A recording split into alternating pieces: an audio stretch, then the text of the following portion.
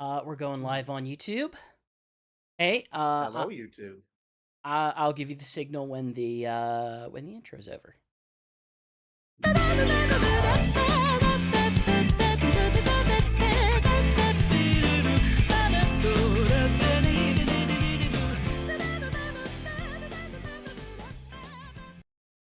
And we're live.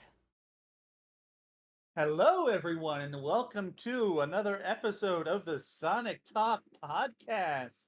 I am your host for this episode, Nuckles87, and with me today is the great and glorious Shigs, fresh off his trip from San Diego Comic Con, Hello, everybody. and also GX, who's also here. Arguably here. No, you're here. I can hear you. That That's enough. maybe by technicality I'm here, but only by technicality. Otherwise I'm just sort of mentally somewhere way off. Anyway, we're going to be talking Sonic news, of course, especially all of the recent Jack specific leaks and Sonic X Shadow Generations, and like I just said, San Diego Comic Con, which Shig's spent time at I to absolutely do did not. coverage and things. He did, but I did not. I I had have to the hunt. same I had to issues hunt that. down a motorcycle inside of a trailer truck. Oh, I look forward to you talking about that because whenever I got the initial pictures of that from Knuckles whenever we first did coverage for it, and it was like, yeah, it's just there on a stand, it's just there on a stage, you could look at it and stuff. And then whenever I started getting the pictures from Comic-Con, I was like, wait, they put it in a car and they're driving like, what are we even doing here? Or is this Spy Hunter now? Like, what are we? What is going on? It's like a Popemobile, but for a motorcycle. Uh, I'm kind of wondering if that's how they transported it, like when they took it to Miami. Like I didn't see the Pope Shadowmobile there, but like I can only assume that must be how they cart it around. So Okay. all right, Well, I'll go into that later. yeah, so first, I need us to figure out the religious doctrine of Shadow.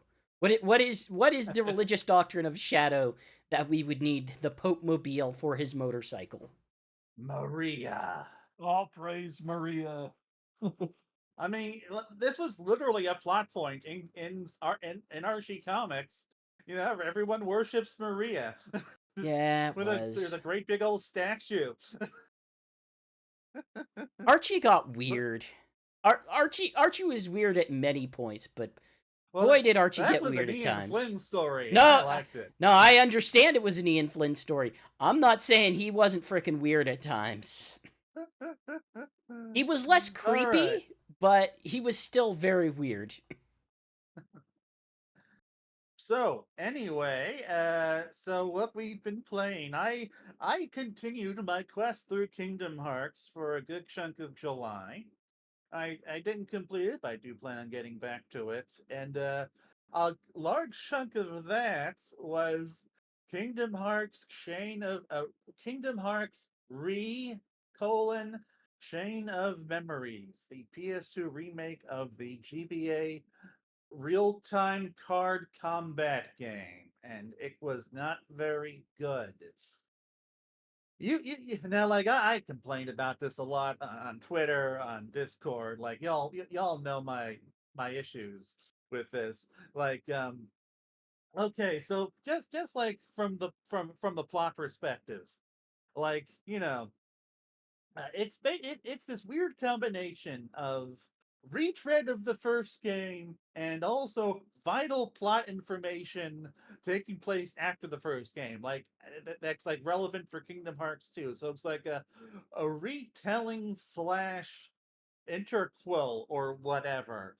So like you've got to go through each of the Disney worlds, of course, and you've got to go kind of engage in these slightly altered versions of the Kingdom Hearts stories where like the goals I think shifted to like lost memories instead of the whatever the goals were in the original game, and it just kind of comes off like a really rushed, super truncated version of what were already fairly truncated 2024 is stories. Oh officially my gosh. to the WWE roster. Okay, Sorry.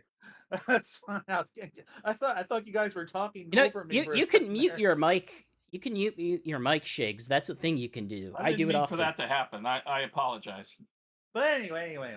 But so like so it's just very weird in that sense. But like around these weird Disney retellings is also like all of this stuff that's introducing the big bad guys for the rest of Kingdom for the next Kingdom Hearts game, Organization 13, and so we're getting all of their political intrigue and all of the backstabbing and all that stuff and all of this stuff with this girl called Naminé who was like rearranging Sora's memories and all that stuff. And it's just like people talk about how Kingdom Hearts is weird, but this is where it got weird. This weird game with all this weird memory stuff and all these like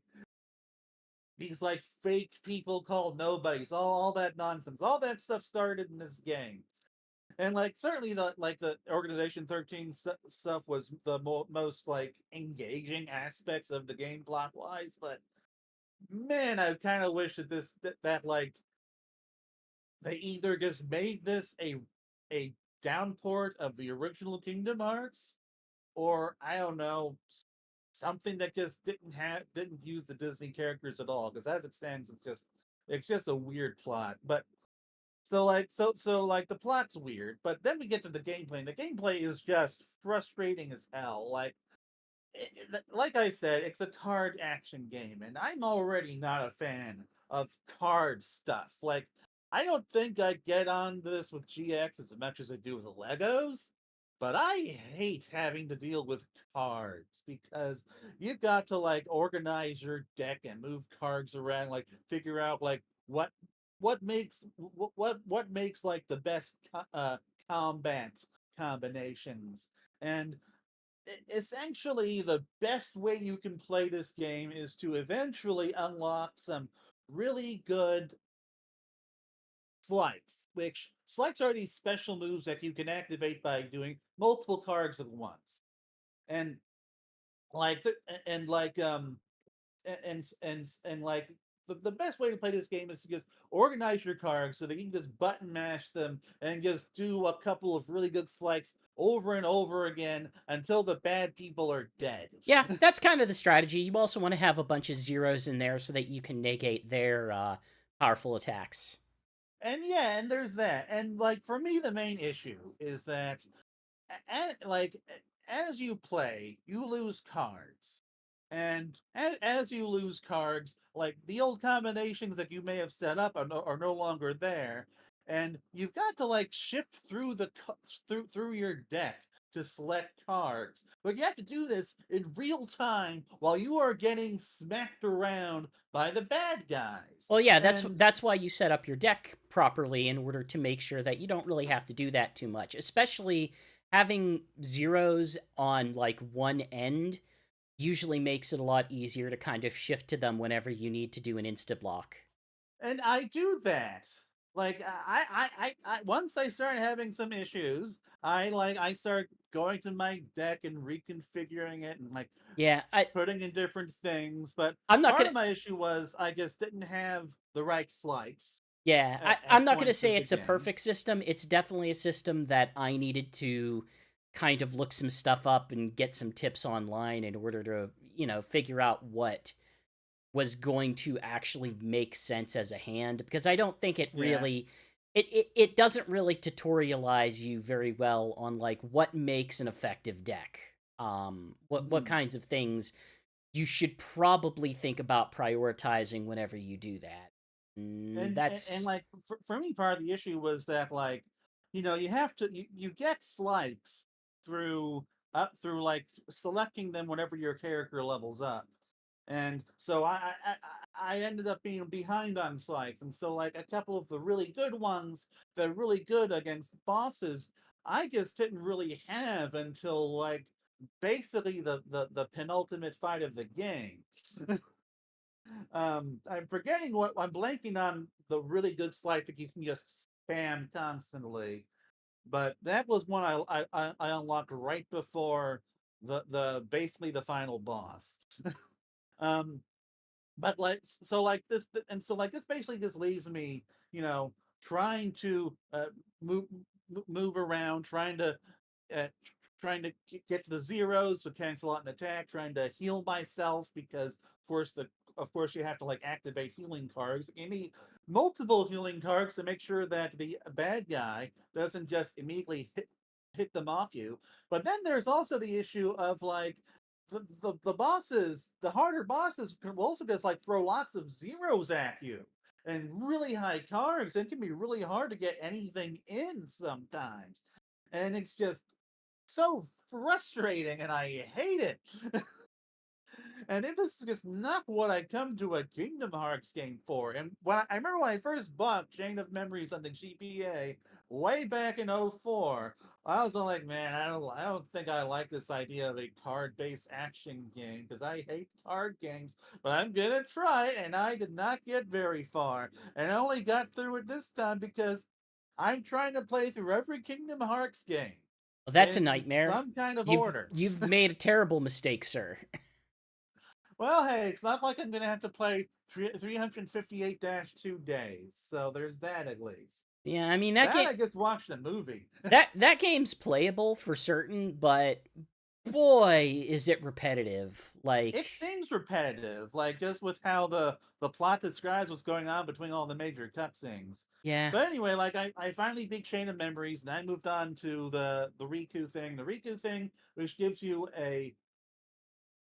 it gives you a set deck for each thing, and so I don't have to think so much about that, and that is just so much easier for me to play. Like I found it genuinely just more entertaining, especially since like Riku has, I forget what it's called, like these dark powers that also that allow him to activate I don't know, I his forget, trap card.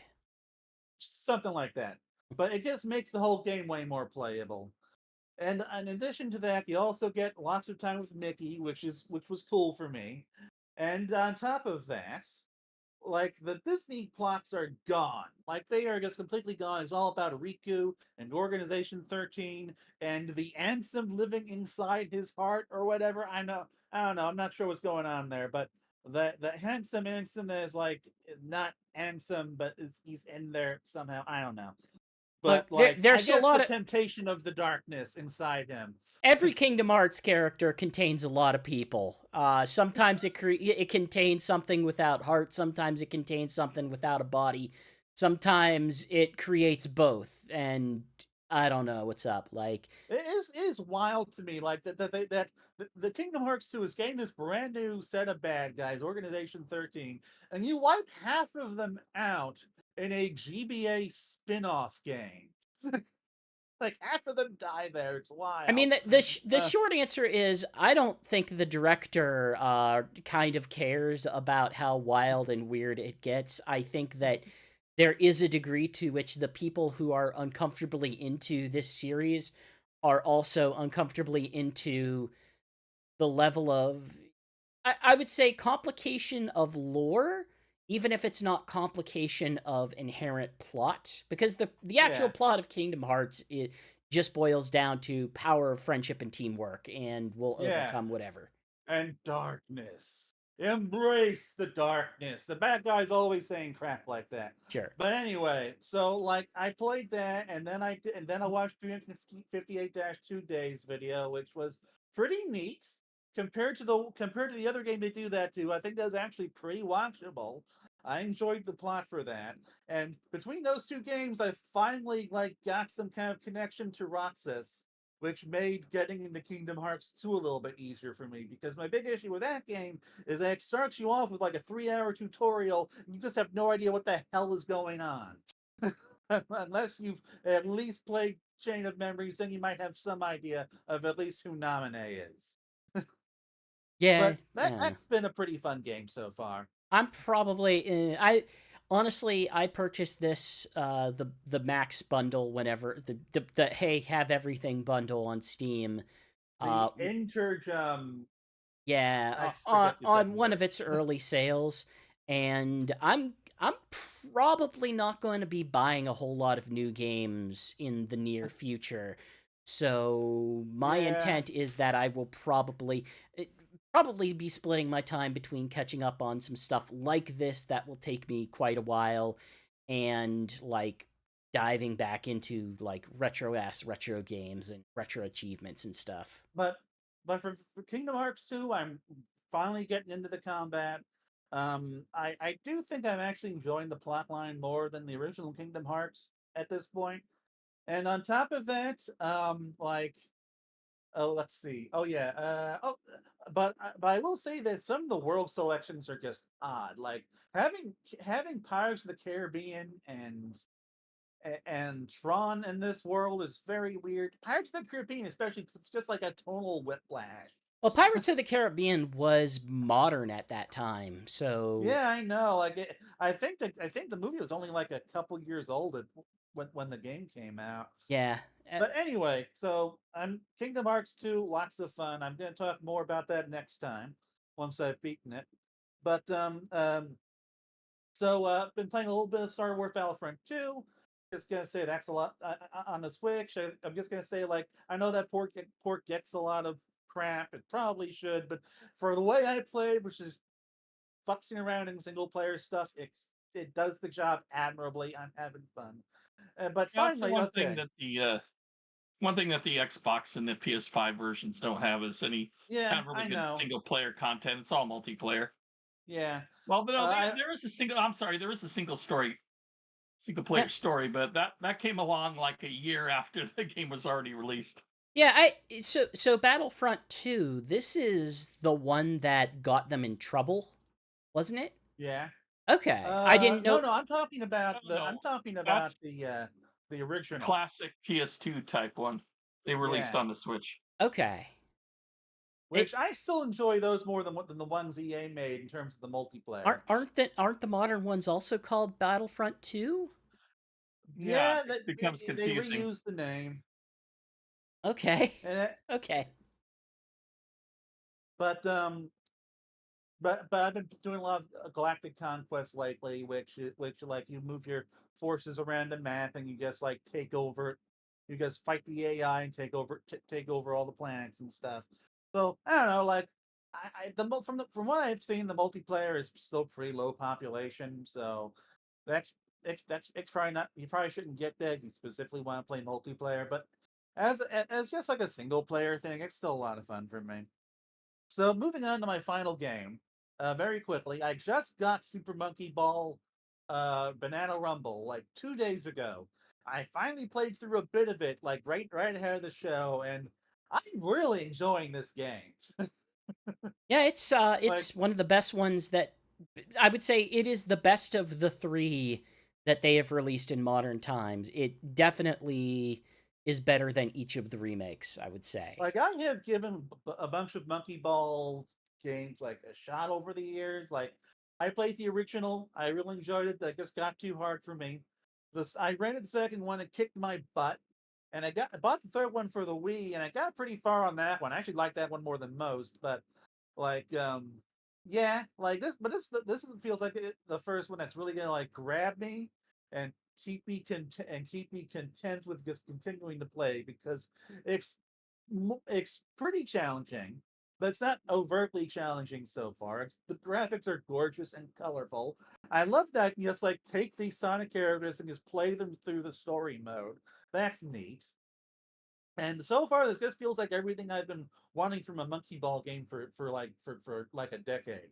No, nothing that it adds feel you run into an issue where with Monkey Ball where it attempts to add new things and it is overall detrimental to the experience when they do. This feels like that is not the case for one of the first times ever. The spin dash move in it is actually it is contextually very useful. But it doesn't feel like you can just use it all willy-nilly and cheat the system or Right. anything Yeah. like that, because it does have the risk reward of, okay, you are adding velocity in a direction, but that doesn't negate any existing velocity and the I love the necessity to new spin respond. dash move. And what's insane to me about it is that you can do it as you're moving. So Oh like you yeah. can activate the spin dash, move towards a ramp, charge it, and then like launch it right like when you're right in the middle of the ramp and just send yourself flying. Hmm. Like that is neat. Oh And that yeah. opens up a lot of shortcut possibilities that I am currently mostly failing at, but this is gonna have me coming back to this game in the future. and if you're kind of intimidated at like the difficulty of the games, because like Monkey Ball, if we're being honest, can become a really challenging game. They do offer a lot of like assists that you could, well, they offer some degree of assists to kind of help get you through it. I think there's Hmm. even like a Oh yeah, rewind. I'll be honest; those do annoy me a bit because, like, the way I like to play games is I like to just keep going and dying and dying and dying until I perfect it, and don't really care for having to like hit no on a message every 3 or 4 tries. I need to look in the menu see if I can disable that. But yeah, like there is a helper mode if you need it. Yeah, hey, there's going to be a lot of people for whom that would be very useful, especially if you're getting it in a, family circumstance where if you have a kid who would be if you're playing with the child who might get easily frustrated by not being able to make meaningful progress. Hmm. Do we all have it now? I think Think so. so. Yeah, We need to do multiplayer. I need time. I need time, my All dude. right. So speaking of time, GX, you apparently have had time to play some games. Uh Why don't you go into that? some games, sure. I the most prominent thing I've been playing is Thank Goodness You're Here, which is it is a game that they advertise as from the publisher of Untitled Goose Game, and you can kind of see, obviously not the same developer, but the same publisher. Uh, and there is a bit of connective tissue. Untitled Goose Game was a bit of a puzzle, a bit of like a point and click, but with an avatar to complete certain like tasks and puzzles. Not really Hmm. high danger or high risk of, not being able to complete something or anything like that, but just like figure out what you can do in this environment and use it to fulfill certain tasks.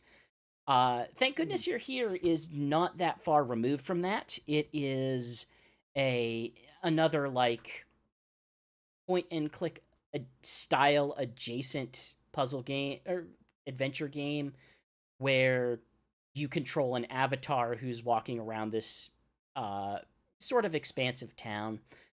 The premise, in so much as the premise matters in any way, is that you are a traveling salesman of short but varying height, depending on what the circumstance demands.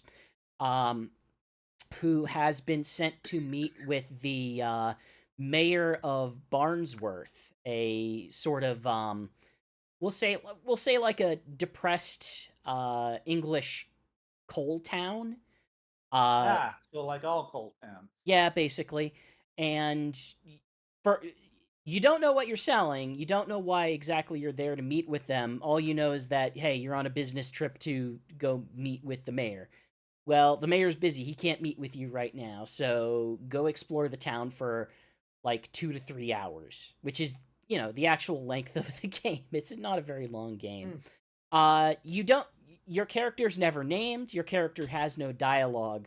All that you do in terms of engagement is you can walk around, you can jump, and you have a shove button that you just use to shove things, people, boxes, just environmental elements. Hey, Like, you shove people rudely, or uh, what? How does that work? I would say kind of rudely, but they just take it as like, oh, hey, this person wants to talk to me, and they give a line or Ah, whatever. Um, and effectively, what you do is you just go around this town, you meet the strange denizens of this very English town, who are wacky and strange and often suggestive, and it kind of has that small town vibe where everybody knows everybody and everybody knows what makes everyone else tick. There's people who have weird relationships with other people. There's people who are like a little bit too open about their relationships with other people. But by and large, I'd say like it it's a comedy game that yeah. leans more on like crude, suggestive, sometimes puerile humor, but with a lot of like flavor to it. Like the best way I would describe it is you play it to kind of see these small stories of the people in town unravel, and you do so through them basically asking you, "Hey, I need help with something."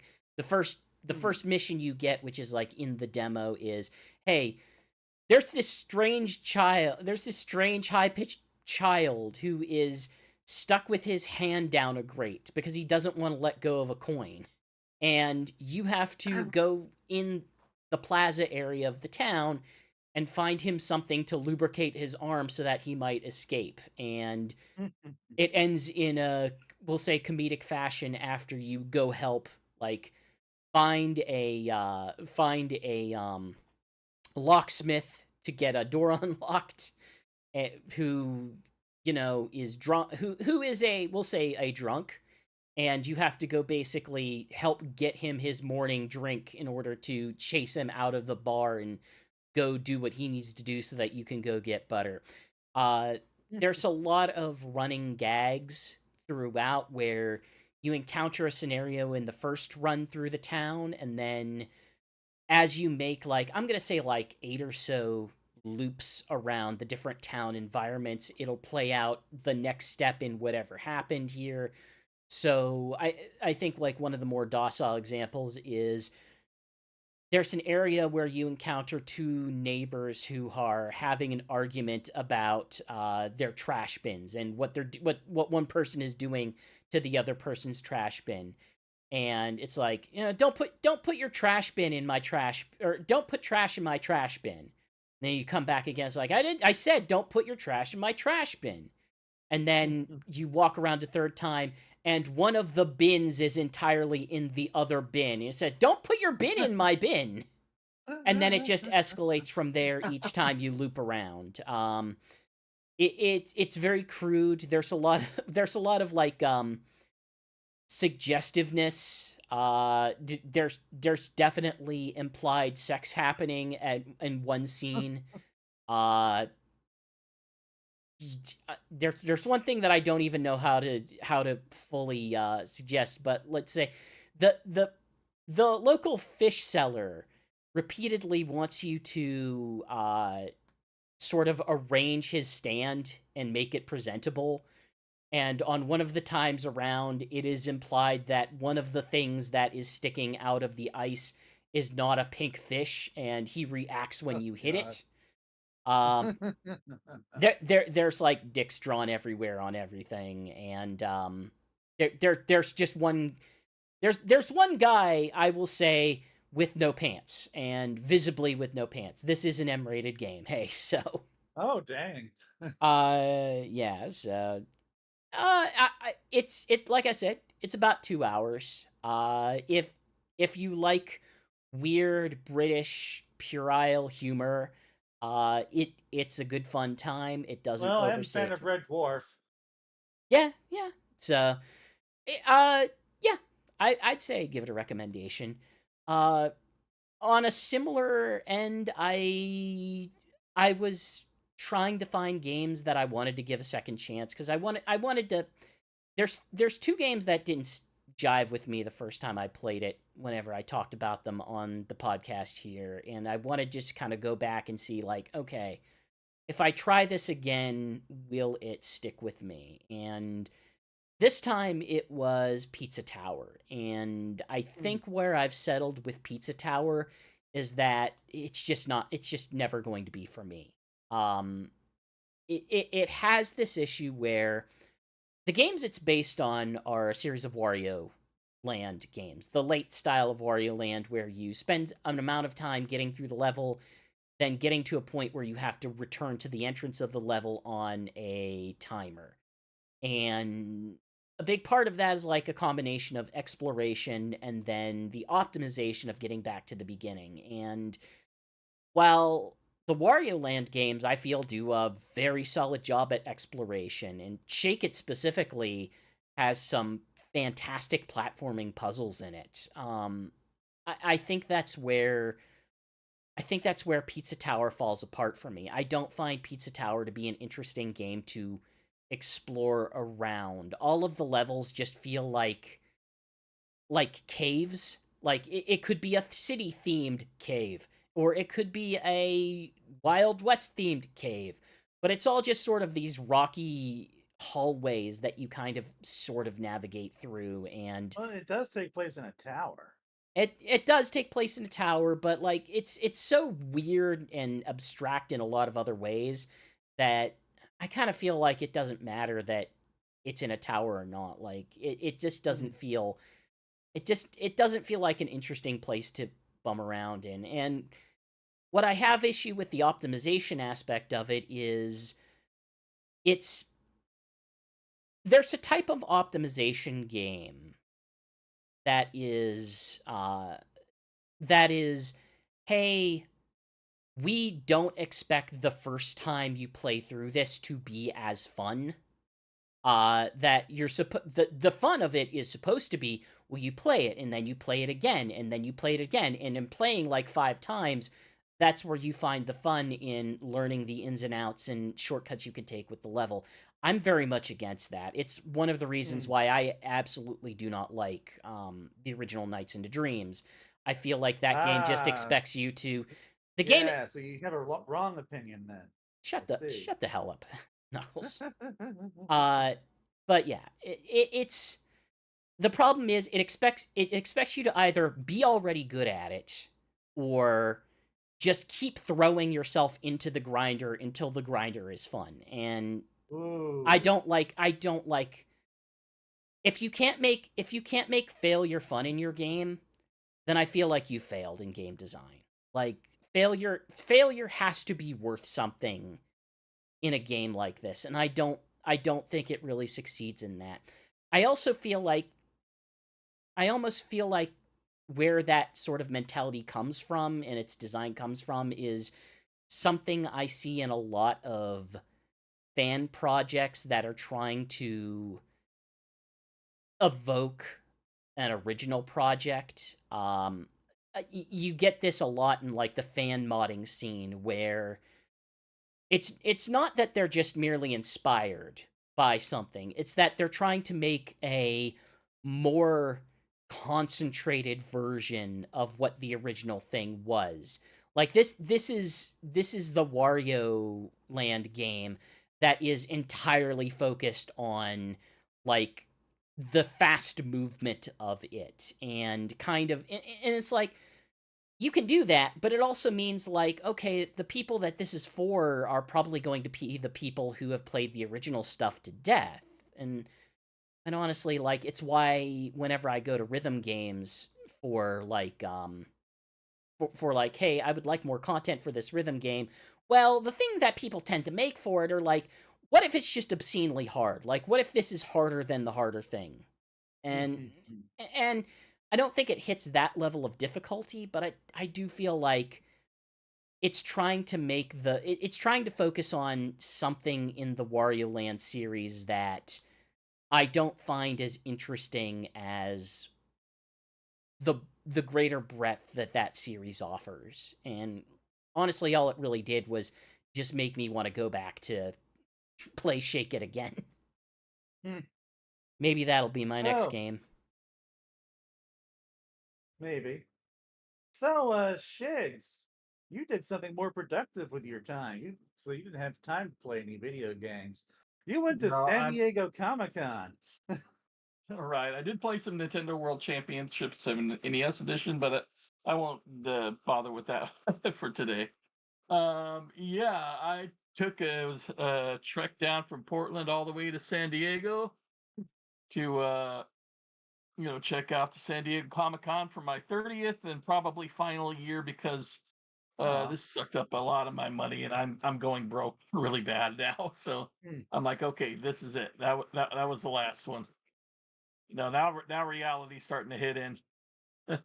Anyway, as far as like Sonic coverage, there wasn't a whole lot. We had the Sonic Speed Cafe return, and I thought it seemed more expensive this time, but then I checked out prices from the previous year, and they were pretty much spot on to last year. Hmm. As far as merchandise goes. I will say the ultimate with the ultimate hot dog or whatever life a form hot dog The thing pizza that I dog. got, The which apparent is it's a pizza dog. Apparently It everything was very Shadow is pizza delicious. related. Yeah, it's very delicious, but it was also pretty darn small. I mean, almost as small as like a 7-Eleven hot dog in terms of size. But my brother's he because we were on a preview event, we were invited to this thing. He got what's called a pica tenders or something like. I think it's He supposed got to be like the pica hammer he thing. got chicken. It's kind of weird, but Oh, anyway, Just he, say he Pico got chicken. Hammer. yeah, his chicken tenders and fries, and he said the sauce was excellent on that. He did they had little souvenir cookies that had pictures of the Sonic Cafe posted, or you can get a Sonic and Knuckles emblem on these sugar cookies. But he said it was like hard as a rock, and they must have been out for quite a while. We need a crazed Yeah, and Sonic fan. Go on. the interior this year they're saying just get your food and get out, and a lot of people, I think because it was a Yep. preview event, a lot of people were just hanging out. Well, I mean, they didn't say it like that. They were like, it's just takeout only. There was no You don't seating. they don't want you hanging around. But people were still hanging around, and it was a hot box, and there was just super, super hot and sweaty. My brother couldn't wait to get out of there with his food. I guess later on during that week, they did have some celebrity because Sonic Symphony was happening in San Diego at the same time. So Jun Sano was there, and from my understanding, Takashi Iizuka was around. Not at the times that I, went, but anyway, I've already been to Sonic Symphony, so I didn't go, pay 180 to go a second time because especially there's a Hmm. One Piece Symphony playing for free at the same time in a different stadium, and that was really, really excellent. Um, there, unfortunately, yeah, this is the year that was kind of small for Sonic stuff at the con itself. There was no IDW Sonic panel for the first. In fact, this is the first non-Sonic panel in years, which really Huh. surprised me. Yeah, Closest that thing was we had was disappointing. Jackson Pacific, which we'll talk about later. They had a good panel for Sonic reveals. They had a ton of stuff, Oh some of which yeah. became available like the next week. I have one of them already, and so they Well, like popped they out some do stuff right kind of away. start shipping some of this stuff out before they even announce it, which is how some of the things we'll be talking about later happen. And certain thing that they can't announce that they couldn't announce at the show is already leaked Yeah. uh real soon. Yeah. We'll talk about And that like later.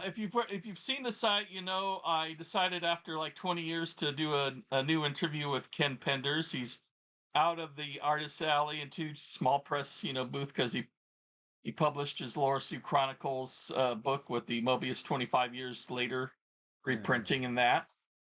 I'll probably have a review of that later down the line. Have you read Uh, any of it yet? I've Like the looked original through it. stuff? Like a lot of people are saying, the print is actually really impressive as far as how the quality of the print and everything. Well, I would hope so. It's like what, $35? Yeah. One thing I did not do that he's wondering if I wanted was his autograph on the book because now he's charging like it went from a $36 book to it's $50 if you want his autograph. Even though he's sitting right there, so I'm like, no, that's fine. But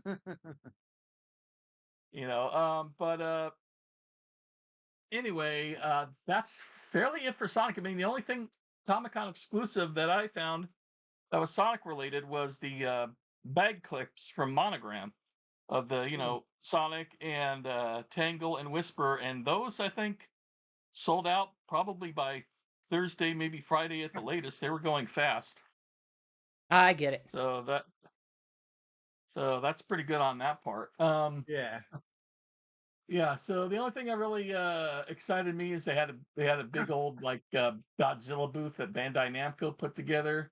Had some original props from the movies, like Gigan's head from the Final Wars. They had that there. I'm kind of disappointed that Godzilla's a lot less niche because now their entire booth sold out by Friday, which surprised me. The other thing which I'm kind of a new fan of, but it's starting to gain popularity is Ultraman. He had 2 different booths there. Yeah, they had that new And series they this had year, right?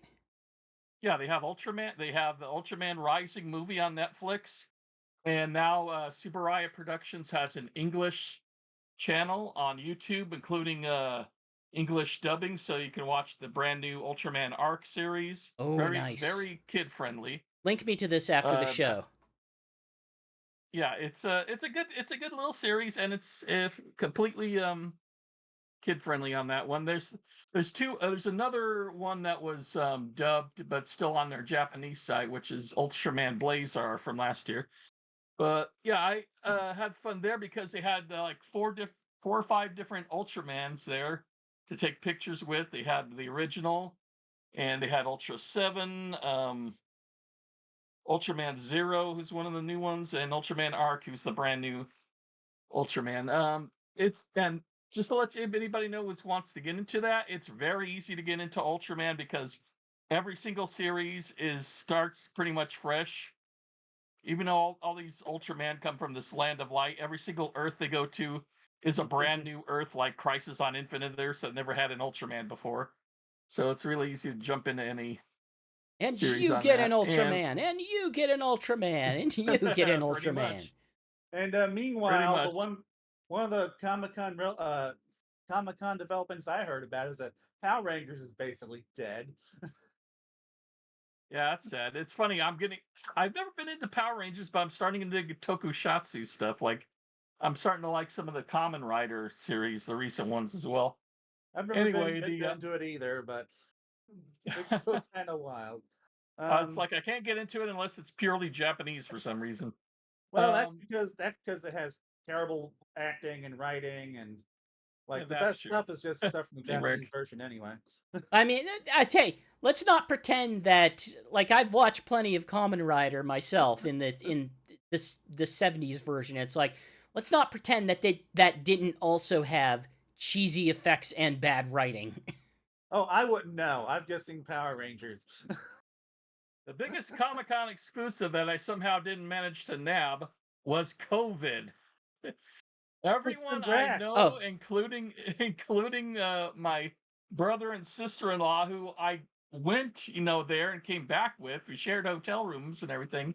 They got COVID real bad from the convention because it's shoulder to shoulder when you go there. It's the most crowded convention you can think of. And I tried to wear a mask for a while, but it was way too uncomfortable. But for some reason, I never had any symptoms. I tested myself twice. Oh, you tested yourself. Yeah, I tested myself twice. Once before I went to work, went back to work, and negative. Well, I man, don't that's know just what the kind power of the vaccine. Well, I didn't get last vaccine I got was not Moderna or Pfizer. It was something with a C. It was a one that I guess it's supposed to last 6 months, and it must be pretty dang powerful because I got nothing from it. I got very lucky.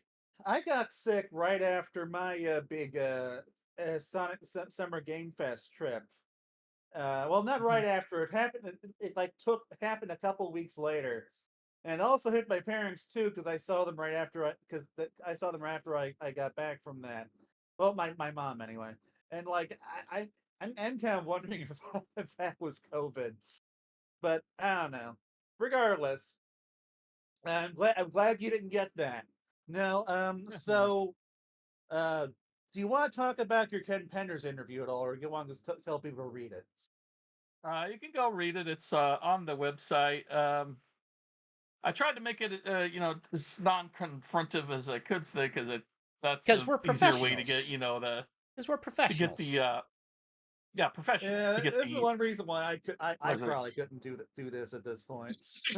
No, The it's only thing he might have taken issue with was I mentioned that that the book has scenes of breastfeeding and Laura's bare buttocks, and that's I just asked if he was taking it to a more mature approach to the book, compared to previous.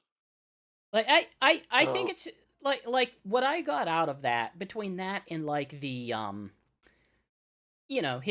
his general work on the Archie series itself is I think whenever we think of what Sonic is in the comic context is like, yeah, he's primarily designed to kind of fit in the 8 to 12 demographic and fit with like what is within those reasonable content constraints. And it feels like he's aiming for, let's say, 16 plus, or at least is trying to make something that is a broadly 16 plus series. Like anything that's in there, yeah, it's, I don't think it's good, but also it's nothing that I wouldn't like bat an eye at if it's in like a young adult series, like a Hmm. young adult book series. It's just that this one happens to have an unlicensed use of Sonic characters.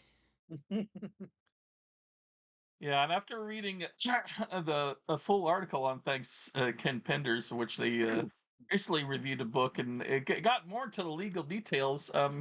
Yeah, so I mean, he's still working for some reason on that app. I don't know why he wants it in that format when That's it worked probably, fine in regular I don't I book know. mean, format. I'd But he say says he's got a lot more time for that now than he did before because he's got people working on other things. When he says he's doing the Knuckles Omnibus and that'll be released soon, I actually believe him because after reading all the things that happened with the Archie Sega thing, it looks like yeah, he can probably legally release that. well, I guess It's, it's good that it's not going to be out of print at least. yeah, I can honestly say I'm kind of looking forward to that a little bit. I will wait and see how exactly it actually comes out, because it feels real weird that some writers and artists could be on board and some aren't, considering that this is a serialized story. Yeah. Well, he was mentioning to me I should have made a question of this, and I'm sorry I didn't. But he did mention after the interview that he's going to try to find a way to compensate everybody who worked on those books, in some form. Yeah. Make sure they all get Hmm. compensated. Yeah, if they get paid, I'm Which he fine said with he that. does is very. Which if he does that, that's very cool. And I don't know. I'm not as like upset with him or whatever as I used to be. And I mean, there's some stuff where he was in the right to do, what he did. And there's a lot of, comic creators that would be absolutely jealous to be in that kind of position where, you own your characters that you created, even if they're related or derived from other characters. I mean, I'm sure Carl Barks would have been gone nuts if he had, ownership of Scrooge McDuck, and his family would have loved that. Or Scott Shaw. Yeah, although I'm then those sure Scott characters would Shaw probably be irrelevant got to now. got to keep Captain Carrot. I'd be happy for him on that front. But anyway, that's pretty much it for me from San Diego Comic Con. This year was expensive. I'm not doing this again probably anytime in the near future, unless I somehow can save up enough money. And right now, for some reason, my PS5 keeps turning on, and I don't know how to shut it off. That sounds like Huh. a good reason And to transition unrelated thing. over to news. Yeah, I Yeah. guess that it would So, be. Hey, so so we've been well, getting lots. can I transition this? If you want.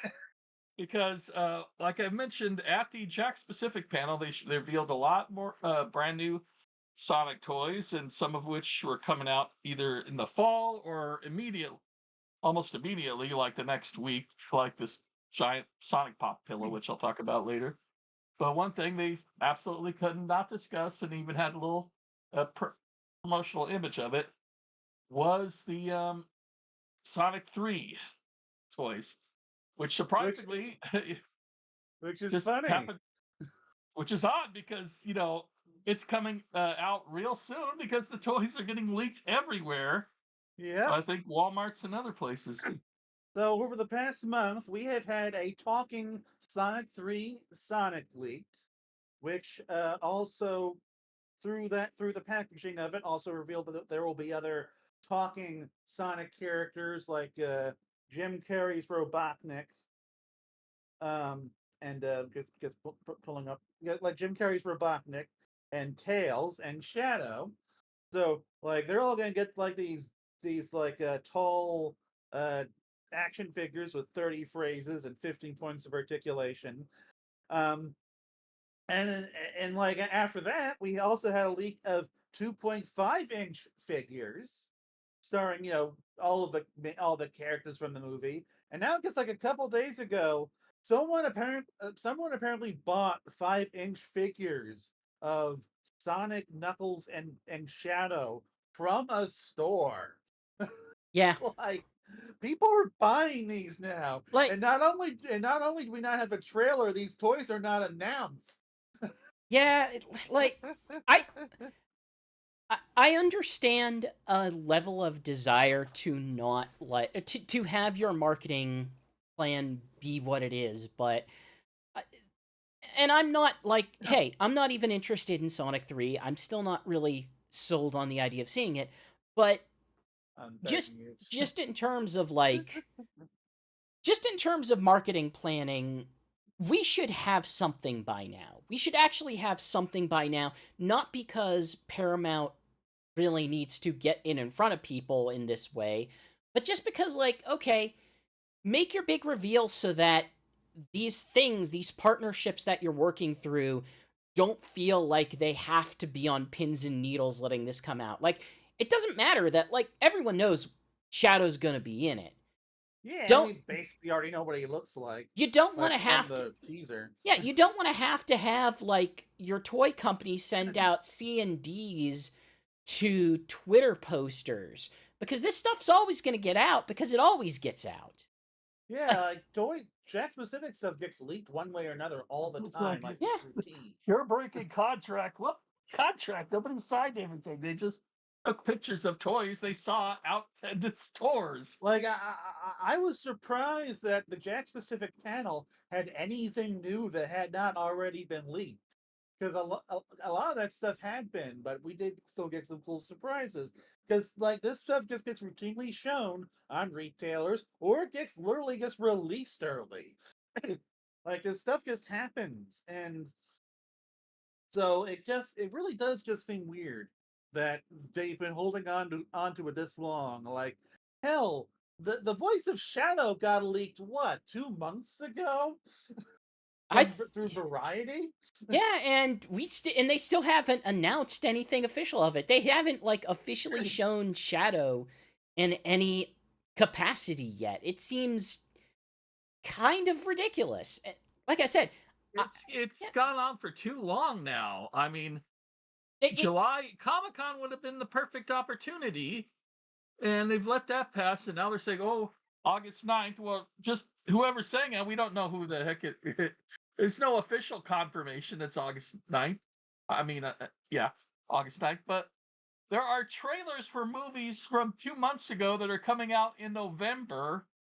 So how come this is taking so long to We come have out? It's trailers for crazy. movies coming out next year. yeah, it doesn't even We have a it doesn't even have to be a full trailer. You just put in a teaser, you announce like, "Oh, we have our voice of Shadow and it's this guy," and you give it the moment and you let it sit out there, and then you get to have like the real trailers and the real information, like the plot information whenever you're back and closer to when you're actually going to be releasing it in November.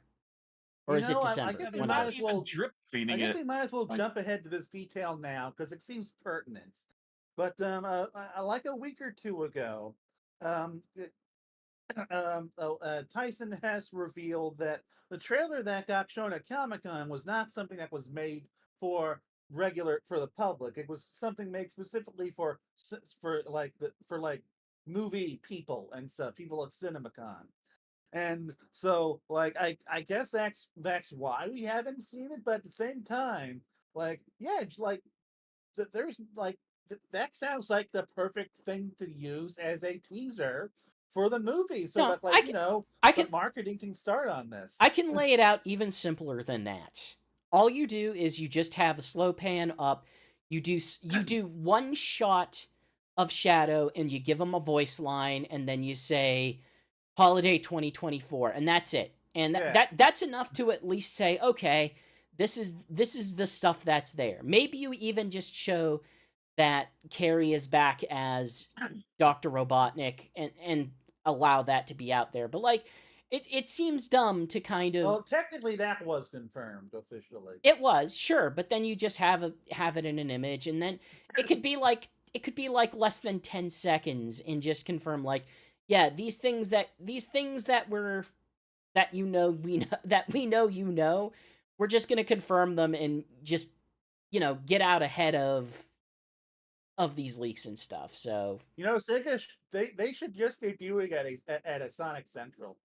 I think Paramount's going to want a bigger thing than that. They should. They should. You'd think they would, but they've already skipped out on Comic-Con. They skipped out on Summer Game Fest, and Keeley loves them. Like, they skipped out on the two biggest things they could have done. And I just think it'd be absolutely hilarious if it's because, well, we want to debut it at Sonic Central.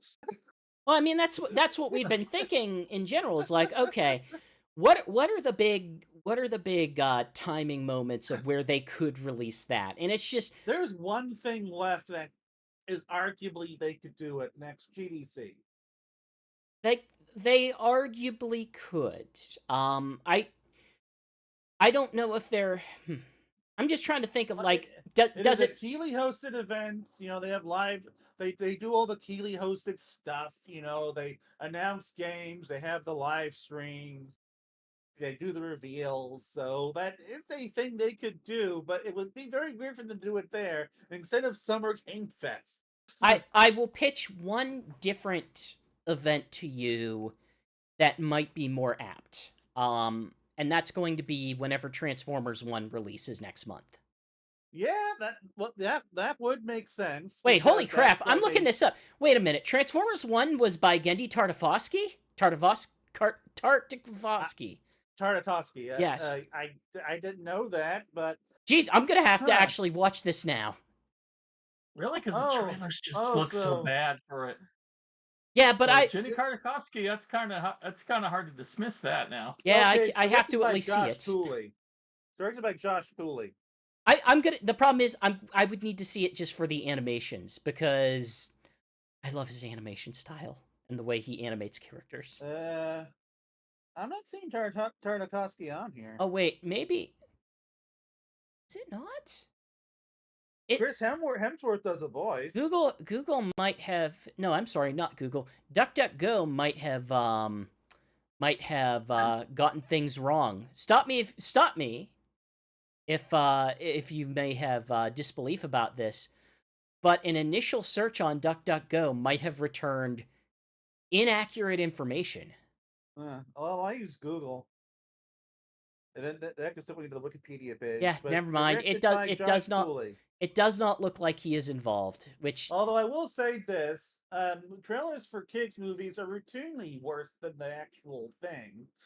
Like we saw that recently with Elemental, but that's just a thing that a lot of kids movies will do. They will emphasize all of the kid humor because they are advertising to kids, and it tends to work out well. It comes out just a week after Wild Robot, and the Wild Robot just looks fantastic. Oh yeah, that looks. Ooh, the Wild Robot's that soon? Didn't know that. Yeah, September. Huh, neat. Okay, so 2 robot animated movies are going head to head. Okay. I feel bad for the Wild Robot, but at least it's coming out first. Anyway, we're way off topic. Yeah, I was So going to say, with the 5-inch, I think we're getting the same sculptors who worked on the Super Mario Brothers movie figures, really, because they have those same kind of glossy eyes that are kind of built in separately, and that's what they had with the oh yeah, I noticed Super that. Mario Brothers. I think this. I'm guessing the figures will probably be between 15 to 20 each, depending on how large they are, too. I do kind of like how they look. Well, Sonic, Tails, and Shadow, anyway. Well, huh. It There doesn't seem to be a Jim Carrey toy. it would be funny to own a Jim Carrey Robotnik toy. That does amuse me in a sick way. Well, there is Yeah, that talking and one. apparently he looks just like the Jim Carrey from the second one, even though in the movie I guess he's supposed to be fat this time around. Maybe he loses his weight immediately. Don't at the worry, start of the they'll movie. have a montage of him doing an exercise routine and losing a whole bunch of weight. That's still the level of comedy we're working with here. No matter what all of you fans think, like, oh, the third one has to be darker. No, it doesn't. They can make it just as goofy as any of them. I've seen Or 3 of these it- Yeah, products. I think It these people can who be think a they're going to mix have of a darker goofiness tone are going to and be very darkness. disappointed. What you say? I said I think the people who are expecting a darker tone from this movie are going to be very disappointed. I mean, I don't know. Look, they're still probably going to gun down a child, so that's probably going to amount to something. But No, I think what it is Maria doesn't She'll do get a out of the ship in time, the spaceship, arc thing, and that blows up on its own. all right. Well, she still dies. she'll do the Macaulay Culkin face and then cut to black. There we go. No, Anyway, you could still have your PG to PG-13 rating. but yeah, like I just hope they get that trailer out already because people are getting kind of weird about They it. sure are. They sure are. As someone who manages our Discord, yeah, there's people who are getting antsy for them to show anything for a movie that will Ooh, be out I for got like a 6 great months. idea. Paramount just shouldn't do a trailer. No, they Good. should debut it at the biggest Keeley event. Show The nothing. Game Awards. Show nothing, announce nothing, just shove it into theaters and say, "Yep, here it is. Discover everything about it now." It turns out that Wade is the main I'm sure that'll character. do good for box office. But yeah, speaking of a box office, I don't know how we can use that as a Bo- transition into Bo- low poly classic Sonic. boxy, it's boxy. Anyway, yeah, so they announced the low poly classic Sonic skin, which will be available via the newsletter to subscribers. And I'm very happy because it's the Sonic Jam 3D model, and that's just so cool to see that get acknowledged. Resubscribe because I subscribed it and I never got an email confirming. Yeah, hopefully that doesn't happen this time. But yeah, like between this and the Saga Adventure skin, like they are doing some cool skins for this one. I will say that. Yeah, it Listen to me, seems fine. It seems fine. Like I feel like I am most inclined to get excited for something like this, but at the same time, Sega's strategy to handle DLC has become so annoying and frustrating that it's hard for me to even get excited about something like this. Like I Mm, don't want to sign up for I am already a subscriber to whatever other crap. Why are you encouraging me to subscribe to your newsletter? Like what are you actually accomplishing this other than ticking me off that you're going to send me emails? well, they'll be able to advertise stuff at you. They already advertise stuff at me. Yeah, they'll be able to do it more now. I But already like, I already gave them one email address for a past game. Like why would they want you to constantly be resubscribing to stuff? What's going on here? What? I do appreciate the legacy focus Yeah, of the just have skins some we've. kind of Club Sega kind of thing where you could Yeah. just do that. I do appreciate the legacy focus of the skins so far between like Terios and the low poly skins, and like both this and the adventure skin just look good to me. Like I like how they look, and I appreciate and like it's just tickles the retro gamer inside of me. It's not a perfect recreation. They have sort of we'll say softened it a bit. It looks Yeah, it looks it is not quite low poly. You can see a lot more polys than that, but it just has that I flat mean boxy look.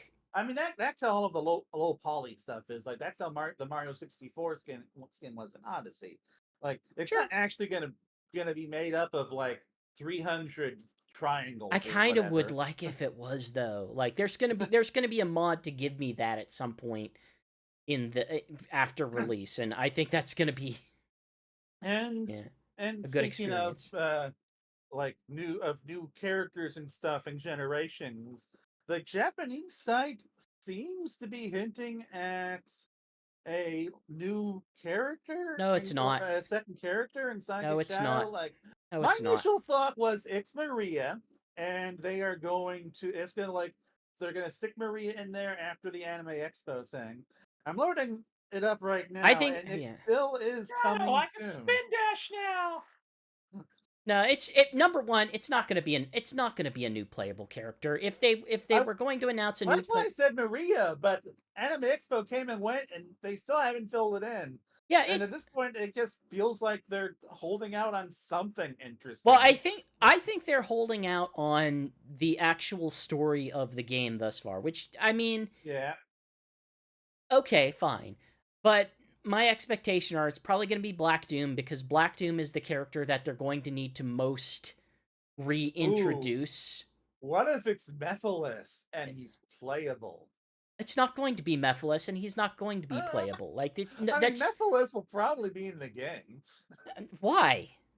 What hint do because you he's have that he's going to be in the game? Like, because Sonic 06 is in the game, and we'll need a boss from that. And I don't so know, what? Mephiles fits the bill. That doesn't mean anything. What the heck are you talking about? I don't know. You're I'm grasping just at straws, my theorizing. dude. Maybe Mephiles is playable. Maybe Mephiles is like a boss. Mephiles will be I don't know, but playable when the mod but scene we already puts him know. in. We That's already know Doctor Doom is in this. Like he's in the promotional material, so there'd be no reason You to have mean it coming soon for what him the hell either. are you talking? Wait, what? you mean Dr. Robotnik, What? I believe. What? No, I meant to say Doom, not Wait, Doctor Doom. wait a minute. Is that why they haven't announced the voice actor yet for Black Doom? Is because it's going to be Robert Downey Jr. Is that where we're at right now? Yeah, sure, why not? The ultimate Oh stunt man, casting. I have been exposed to too much Doom Oh my stuff god, lately, he's the real apparently. voice actor for Shadow in the movie. But okay, but if Black Doom was going to be in this, if Black Doom was to coming soon, then there's no reason to not include him. So like, it has to be something we haven't seen yet. I disagree. I don't think it has to be something we don't. It's a freaking website little icon to say, "Hey, who are these characters? Let's introduce you to the characters." And if they don't want to talk about the specifics of who Black Doom is and what his role in the story is, then they don't put it out there. And whenever they have a trailer that emphasizes like Shadow fights old Well, enemies, you know then you what? put up the little box. You're probably right. That's gonna be something boring, but I don't know. Like I think if it was Black Doom, it'd be there already. If it was interesting, they wouldn't have just put it on the Japanese website in the way that they did. Like, they would have been able to put something on the English website to kind of hint at, like, yeah, we've got more content here. But, no, this is just the marketing for it. Like, it's just like, hey, there's going to be a lot of people in Japan who did not play Shadow the Hedgehog. Heck, there's going to be a lot of people in America who have not played Shadow the Hedgehog. So Oh, if he's who hasn't played Shadow the Hedgehog? Everyone's played Shadow the Hedgehog. statistically Shadow the speaking, a Hedgehog. lot of people, I'm sure a lot of people who had Full of played good Shadow the taste. Hedgehog don't remember Shadow the Hedgehog. Also, statistically speaking, a lot of people who have seen the Sonic movie and were not alive in 2005. Oh man, It'd be funny if it was just like if it was just like the Terrio skin or something. That'd be weird. It's not because they revealed that already. Like they don't need to. Yeah, but they also revealed Doom and Gerald and Yep, Maria. but they That's don't not a need to reason. explain the Terrio skin. He's like a bonus thing for an extra thing. Like there's not going to be Terrio's story. the character in the story. Okay, I'm done. I'm done. Sure, whatever. It's going to be something boring because of the way that they're Yeah, presenting probably. it. It's not worth getting excited for. They should surprise me and make it's like Eclipse from the Archie reboot. Look, I more than anything, I just want to know, like, okay, how much new content are we talking, and like, what Well, are you so doing far to the old we have game? we have 3 levels confirmed. So it sounds like there's more coming. So I don't know. I think it's Anyway, probably going to be about as much as Super Mario 3D World Bowser's Fury as far as new content goes. that's How a much? decent amount of new content. Yeah, I would not give Sega that much credit. Of course, it does. It also has a 3D open hub world. So It also um, has an animation, much like all other recent Sonic releases. yes, it does. So, speaking of that, yeah, Shadow Generations will have a significant emphasis on story compared to Takashizuka, and will cross over the Sonic Generations. Apparently, the one of the things it's going to do is going to like just show what Shadow was up to while Sonic Generations was running, because apparently he wasn't just like waiting in white space to fight Sonic the whole time. Well, when are we gonna find out what Silver was up to? Oh, Silver was in the future reading books or whatever. Or, But I don't time know. was Fighting broken. Eggman Nega. You go to the future in order to go to the one level that is from Sonic 06. That's in the future. GX, they're saving that for Sonic Unleashed. We're gonna learn what Silver is doing during Sonic Unleashed. No, we're gonna find it out when they remake Sonic X Shadow X Silver Generations, coming in But 2030. but yeah, so this is gonna be another Sonic game focused a lot on storyline, which for a while, especially with Generations, they did not do that. I know that's going to make some people happy. I am definitely interested in it because Ian Flynn is writing, so there's at least going to be something there for me to enjoy, even if like the actual plot is garbage. Because he at least writes good. Because like even when Flynn has to deal with a bad plot, he can still do good dialogue. Actually, okay, I've been sitting in this. I've been Yeah. sitting in this mess I've made. Sorry for that detail. And actually trying to put things together. No, actually, I'm liking this idea of no, the shadow side of it does heavily involve Silver. Like he has to work with Silver. Silver's the one who is trying to navigate through the broken time, and he is guiding Shadow or working with Shadow or is somehow at fault for Black Doom escaping somehow or some nonsense like no, this is something that we could work with. Silver is the coming soon Yes, character. that's where I was going with it. Thank you for picking that up. Is he playable? Absolutely not. Is he involved in the plot? Sure, why not? No, That would be neat, but nah, they're not going to do that. probably not.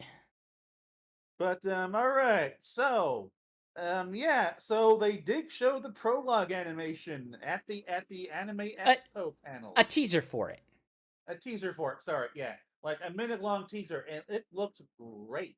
Like great animation. Although like apparently it looked hand-drawn to me, but apparently it's in Oh, CG. no, it looks CG. It doesn't look Okay, well hand-drawn it at all. looked hand-drawn to me. But yeah, like there's some cool direction in it.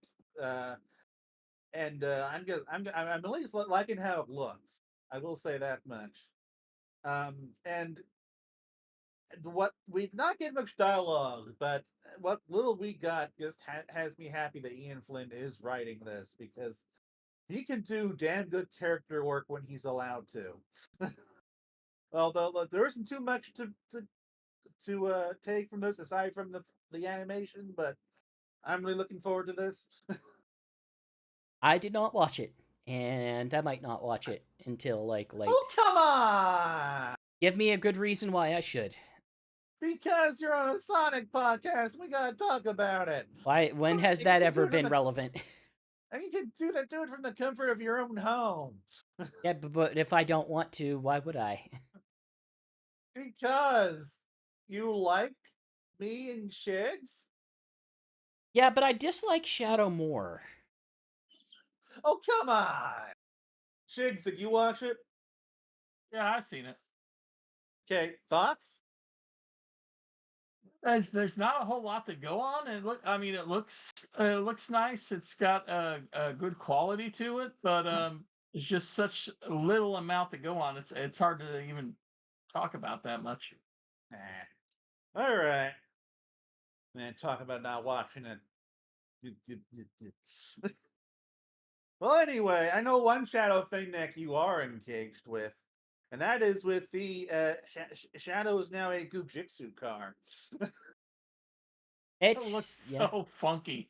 yeah, I saw this it's a thing. on The Twitter. schnoz on that thing. You were saying, GX?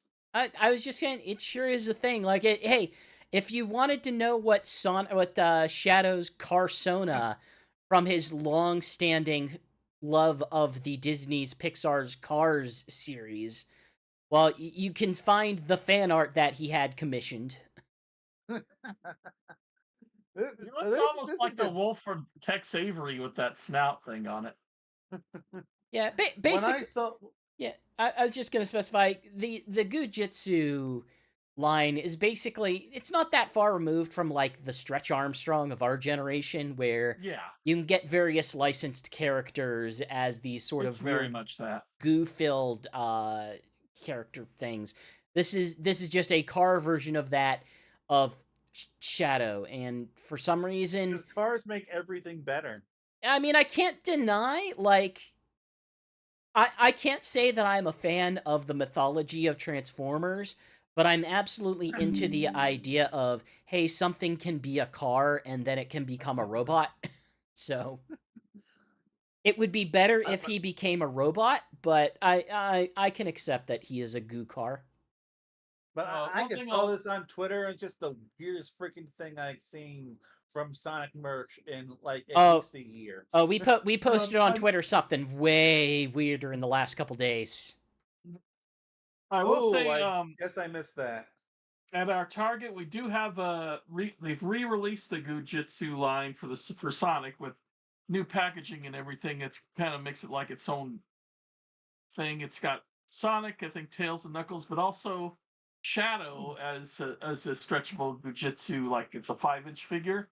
And that one, the proportions are very much like classic Sonic's proportions. So if you wanted a toy of Shadow that kind of looks like a retro squat version of Shadow, If there you go. if you wanted to pretend that they're ever going to make a classic Shadow, which they are not, then there you go.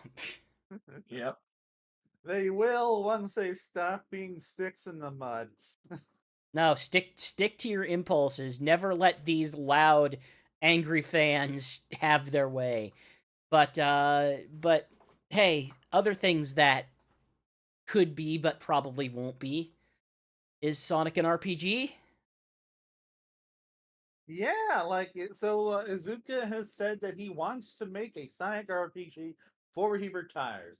Now a lot of people, immediately came out and say, "Well, how about Sonic Chronicles? Does that not exist now?" And technically, he meant for him, he something he He wants didn't to get to make. make Sonic Chronicles. That was made Yeah. over in America by some very we'll say, series of weird technical choices that ultimately broke and kind of ruined the whole project.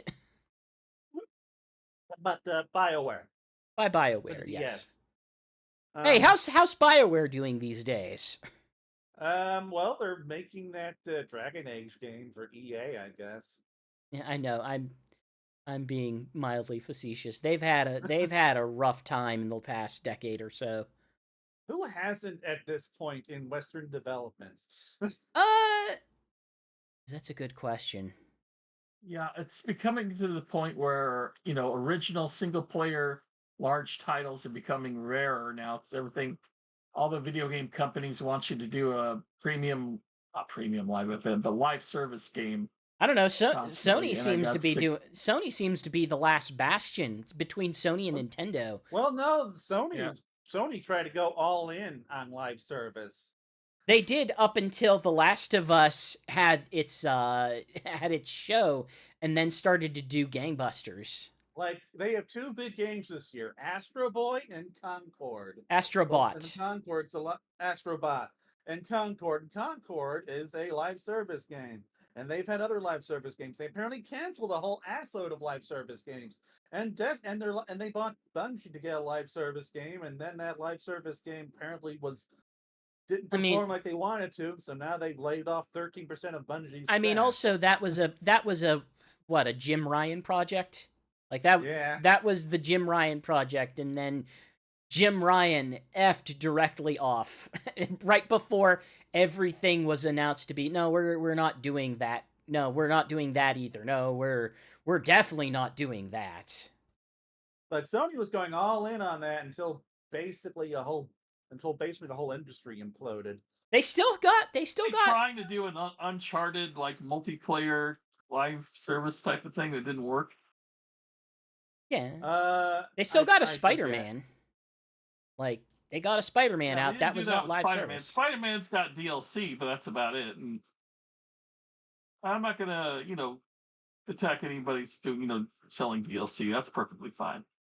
But in any case, I kind of wonder, like, what would you want out of a Sonic RPG though? Like, well, honestly, like a turn-based RPG seems like the easiest thing to do, because then you don't have to worry too much about Sonic's speed. You can just, like, I don't know, you can like do a thing where you gotta do some button presses real fast or something for certain attacks or something. I mean, you are basically just describing Sonic Chronicles. Well, yeah, but that was a touchscreen thing. Yeah, but you're still describing a button. Still had timed attacks and stuff. Yeah, so look, just Super Mario Can I be RPG. honest for a second? When I played Sonic Chronicles back in the day, I liked it. And Sure. I haven't played it in a long time. Maybe I'll hate it now. I don't know. But I think that turn-based RPG worked perfectly fine for Sonic. I'm not complaining about it. I'm just saying that is what you're describing. You're describing another Sonic Chronicles in a way. Like All right, let's do that. You could, it would be like saying, yeah, you're basically saying, okay, it's Paper Mario-esque with a bit more team management.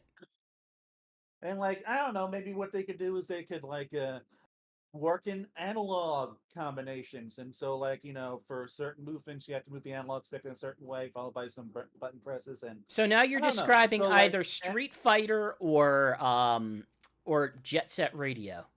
Oh, I'm just trying to think of ways of working speed and action into a turn-based setting, and that seems like a way to do it. Although you have to make sure not to make it too complex. RPGs are turn-based. You could have some happy medium between RPG and, say, like Sonic Unleashed, where you had a leveling up system. Okay, here's my pitch. Yeah. So in the next Like a Dragon game featuring Ichiban, Like a hedgehog. yeah, have one of the job classes that you can take on be, I don't know, just call it Hedgehog or some nonsense like that. And he has to wear the Hatsune Miku Sonic hoodie or something. And for some reason it just lets him do Sonic moves. There you go. We have our Sonic RPG. Alternatively, we could do an action RPG, which is my favorite kind of RPG. And, like, I don't know, make it like this kind of combat focused game. I don't know. I might like a I'm trying to think of, like, something that you could really do with positioning on the field, where like a Chrono Trigger, where you have a bit of the you have the bit of the sort of not so much the turn-based, but sort of the timer-based mechanics. And you sort of position your different characters around the field, and they can accomplish things or move things around the field in that way. Because, like Sonic Chronicles, is fine, but I wouldn't say that in terms of mechanics it was doing anything especially interesting. I would say that like even even like Paper Mario and the Mario and Luigi series have a bit more engaging mechanics than what than what Sonic Chronicles was doing. But Hmm. but yeah, I think if you have sort of an open field area and could manage like, okay, this character is at this position, or if you think of it in a bit of a strategy way, in the way that you can move characters around in an XCOM or a in a Mario plus Rabbids sort of way, that you could build RPG mechanics around that kind of positioning. Hmm. Mario and Sonic and Sonic and Tails. Mario plus Sonic plus Rabbids, X Shadow, X Silver, Generations at the Olympic Games, Tokyo 2020 dash Paris 2024. Mario and Sonic Well, plus oh, Rabbids. that's dead now. We gotta do it. Get a new Sonic and Mario and Sonic crossover going. Apparently, Paper Sonic. so Give me Paper Sonic.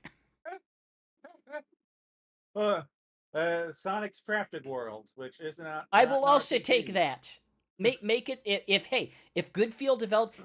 Yes, I would very much like a Goodfield Sonic game. Yes, please. Yes, please. Give me now. I would like this, please. Yes. If you ever wanted if you ever wanted to make GX specifically happy in a way that might eventually become very uncomfortable, have him suggest that Goodfield make a Sonic game. 'Cause I would like that. I want that a lot. So yeah, it did recently come out that Mario and Sonic at the Olympics is dead. It came out from a Mario and Sonic producer that the Olympics dropped the partnership with Sega and Nintendo to pursue NFTs and esports, which So this is a decision that would have been made like 2020, 2021, yeah. when that would have made a little more sense. But boy, did they almost certainly bet on the wrong horse there, because their games are never going to be relevant again, or whatever they do in this space. Yeah. Well, so Esports, okay. NFTs, no, it's not no. going anywhere. The I'm not NFT heading stuff into no. Olympics esports. So okay. So there's been several years of them attempting to pursue Olympics esports, and they have done it in a very weird and ass backwards You get way. tested for Red Bull. No, what you do is you find various games that vaguely are reminiscent of sports or sport related activities, and you make those your Olympic esports, probably taking money to do so. Like, as was the case of, oh, we have baseball. Well, how do we represent base? Let's get Konami Power Pros, the game that they were selling on the eShop for like $2. Let's get all of these weird mobile games to represent archery. And like, probably the most rational one they picked is for racing they have Gran Turismo. It's like, okay, sure. That's understandable. And for chess it's like, okay, you have chess, I think it's chess.com. And it's like, okay, sure. Didn't they team up with Ubisoft for like the Winter Olympics or something?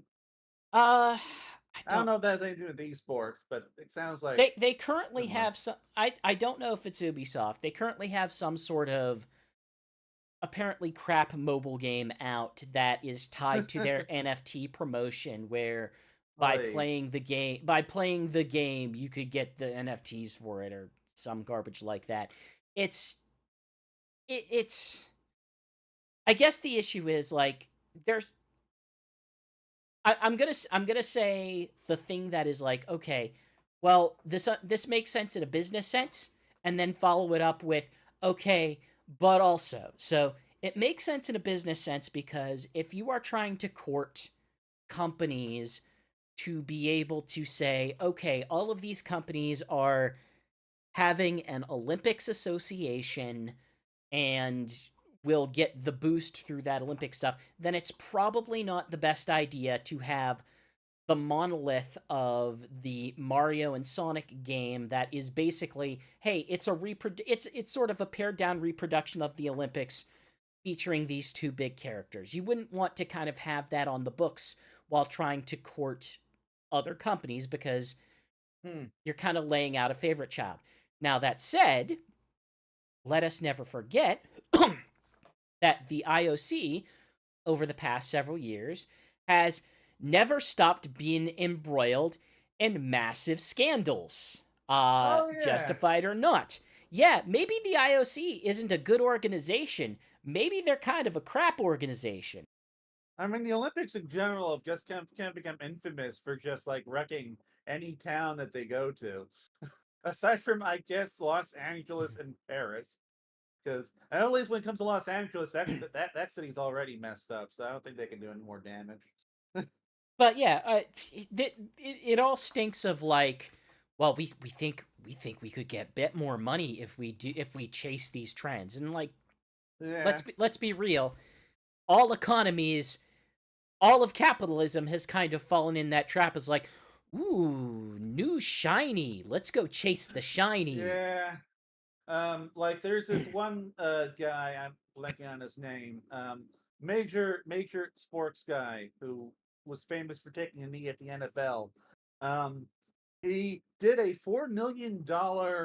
He raised $4 million for a comic book AI thing. AI, which as we speak is currently freaking out investors so much that like nearly crashed the stock market today. Yeah, we were due for the freak out eventually, but boy, howdy, yeah, like did it freak people out. These stock market freakouts happen regularly, but like yeah, like the AI one, the AI is going the same way as NFTs at this point. No, AI is going the way of big data and big algorithm. It's basically the pitch that like, oh, we can do so much with this technology. All we have to do is dump money into the technology, and then the technology will somehow money. What's your business plan? How will that? Turns out it's a massive lot. The It's algorithms a massive do not money work. loser. Let me say something how bad the algorithms are because I still do social media on Twitter, and for some freaking reason I keep getting scenes from new episodes of Fairly Odd Parents, the new one, and I've never watched that show ever in Oh, any capacity. So why do they keep oh shit. sending me people with scenes from Fairly Odd Parents for some reason? Oh, Shigs, the internet's broken. Like Google can't operate anymore because of the AI technology, the generative technology that we're dealing with, and the ways in which grifters are so empowered right now that the internet is just quickly filling up with freaking trash. Like it's getting harder and harder to determine, okay, what is a real user and what is a weird bot that is designed to spit out garbage continuously. And I regularly just skip over the Google AI answer because I've heard those can be unreliable. Like we're at the point where I follow 404 Media, who tracks a lot of this stuff, and some of the reporting that they've done is there's been like dead Facebook accounts that AI companies have like not even AI companies, but just like weird AI projects have taken over and started posting and using these dead hacked accounts to just spit out weird spam. Like everything's bad right now. Well, in any case, also on the next news item, Kess has revealed their new Sonic Speed Battle card game. Yeah. Which should be of special interest to you, GX. I had a pretty good time with Sonic Roll, their first game. I'm a little bit hesitant of this one. This one they're promising something ambitious, which is to say that they have a card game where they are promising a whole bunch of characters associated with it. that will fit into 3 different gameplay styles, and it's meant to replicate like Sonic Adventure 2. So it's built around, okay, there's one game mode where it's speed, there's one game mode where it's shooting, and there's one game that's treasure hunting. And I'm guessing you have like a sets of characters that are associated with each one to participate in each. Now, splitting up your gameplay like that is kind of risky. It's a high tariff mood in modern tabletop game design, but they bought at least some amount of goodwill from their prior games, so I'm not sure what to make of it yet. It's at the very least, it seems like it would be interesting, and it's not too far off. I think it's in a couple months. Yeah, something like that. Yeah. Something Yeah, like that's that. cool. But yeah, I am looking forward to perhaps digging into it whenever it comes out, or whenever we get our hands on it, or whatever the case may be. And so moving on, Junkie XL has the composer for the Sonic movies, has revealed that he has seen the completed Sonic 3 movie. Now, I would assume that this is like Speaking of, completed as in, people who you use know, like AI. it's all filmed, it's all edited together, but special effects are still incomplete because, you know, we're still 6 months out. I doubt it's done.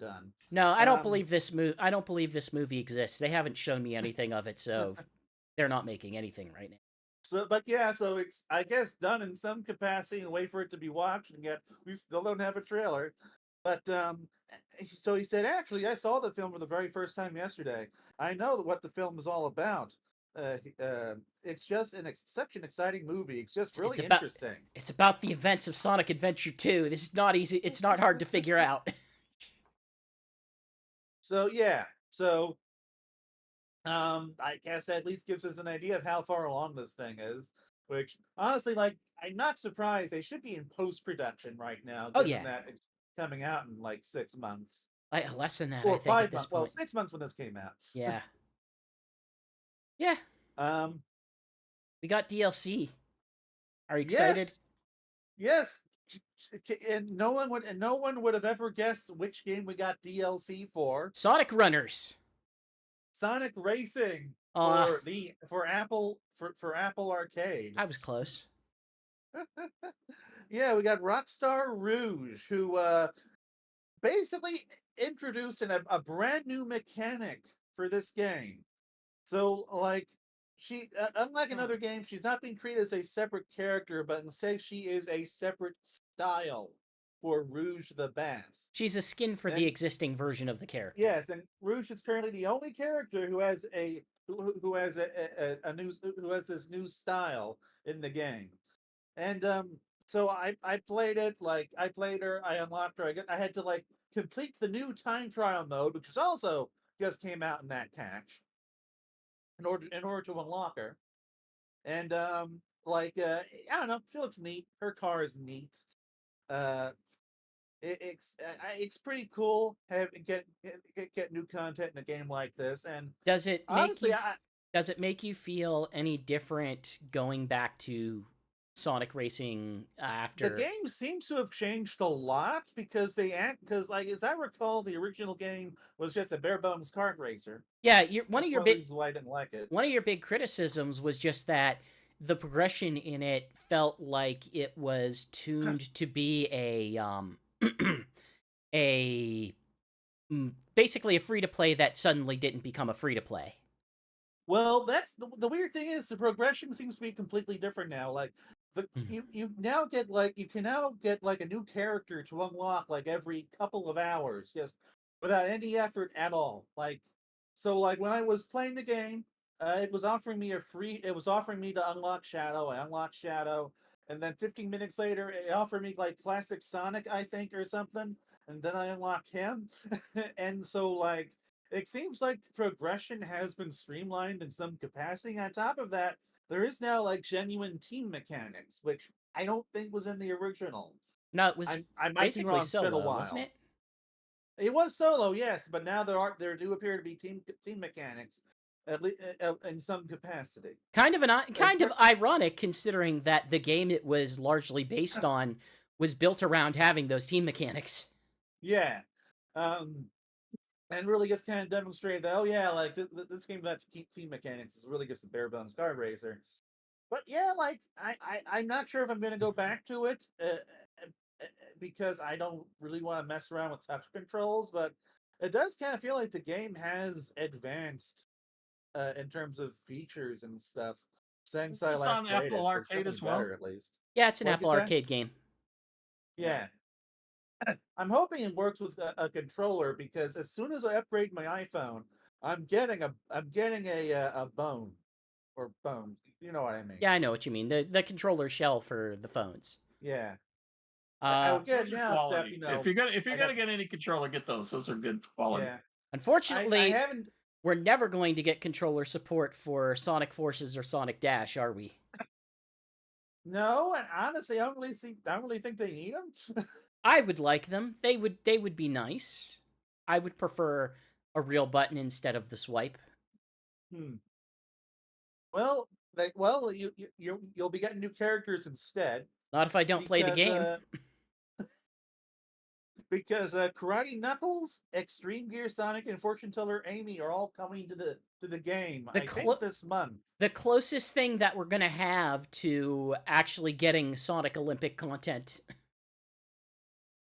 Yeah, it is Karate Knuckles, I guess. Yeah, and I do enjoy how all of these skins look. Like a lot of these skins have felt like like we need an action figure variant.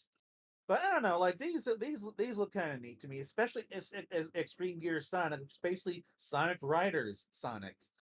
No, if we get the action figure variant, then what we get is like it's just regular Sonic, but now he's translucent blue for some reason.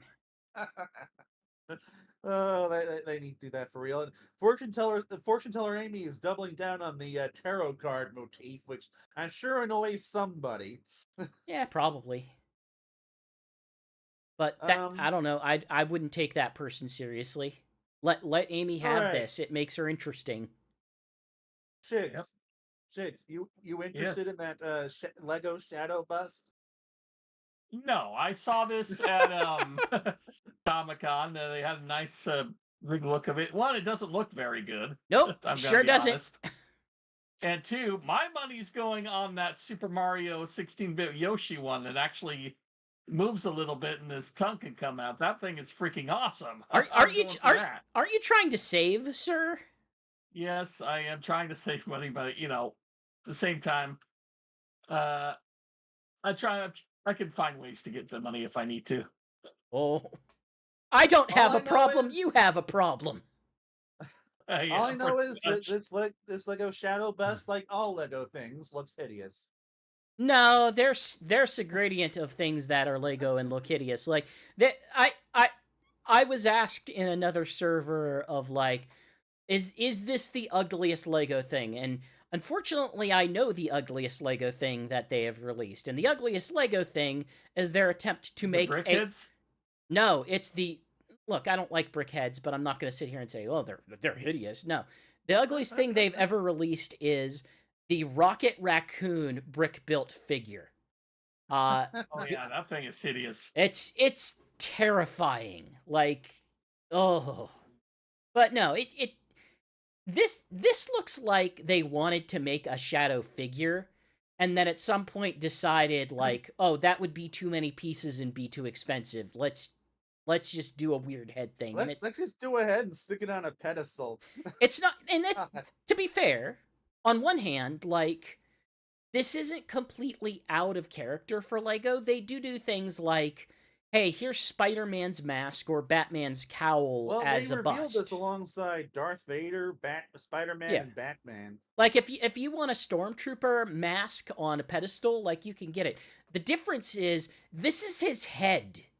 Like, it's just the character's head. Like, what? Someone hunted and killed Lego Shadow and mounted his head. It's like $80, Pretty I think, much. And I don't think it looks particularly good, but I don't know. I don't get it. I, But I don't know. It's a Lego thing, and all Lego things look ugly. like So, look, although this, in general, the Lego Sonic stuff has been unhinged. Like it doesn't make a whole lot of it doesn't feel like they have any meaningful strategy with Lego Sonic. I do want to get that Angel Island Knuckles thing though. First, you have to get the one with the mech, because that's what the one the Master Emblem actually comes on. Yeah, it's kind of Oh man. yeah. I That's have like that one still unassembled somewhere. it's weird. I like a lot of their choices just don't make a whole lot of sense to me. I don't fully get it, but I don't know. I guess it makes sense for kids play sets.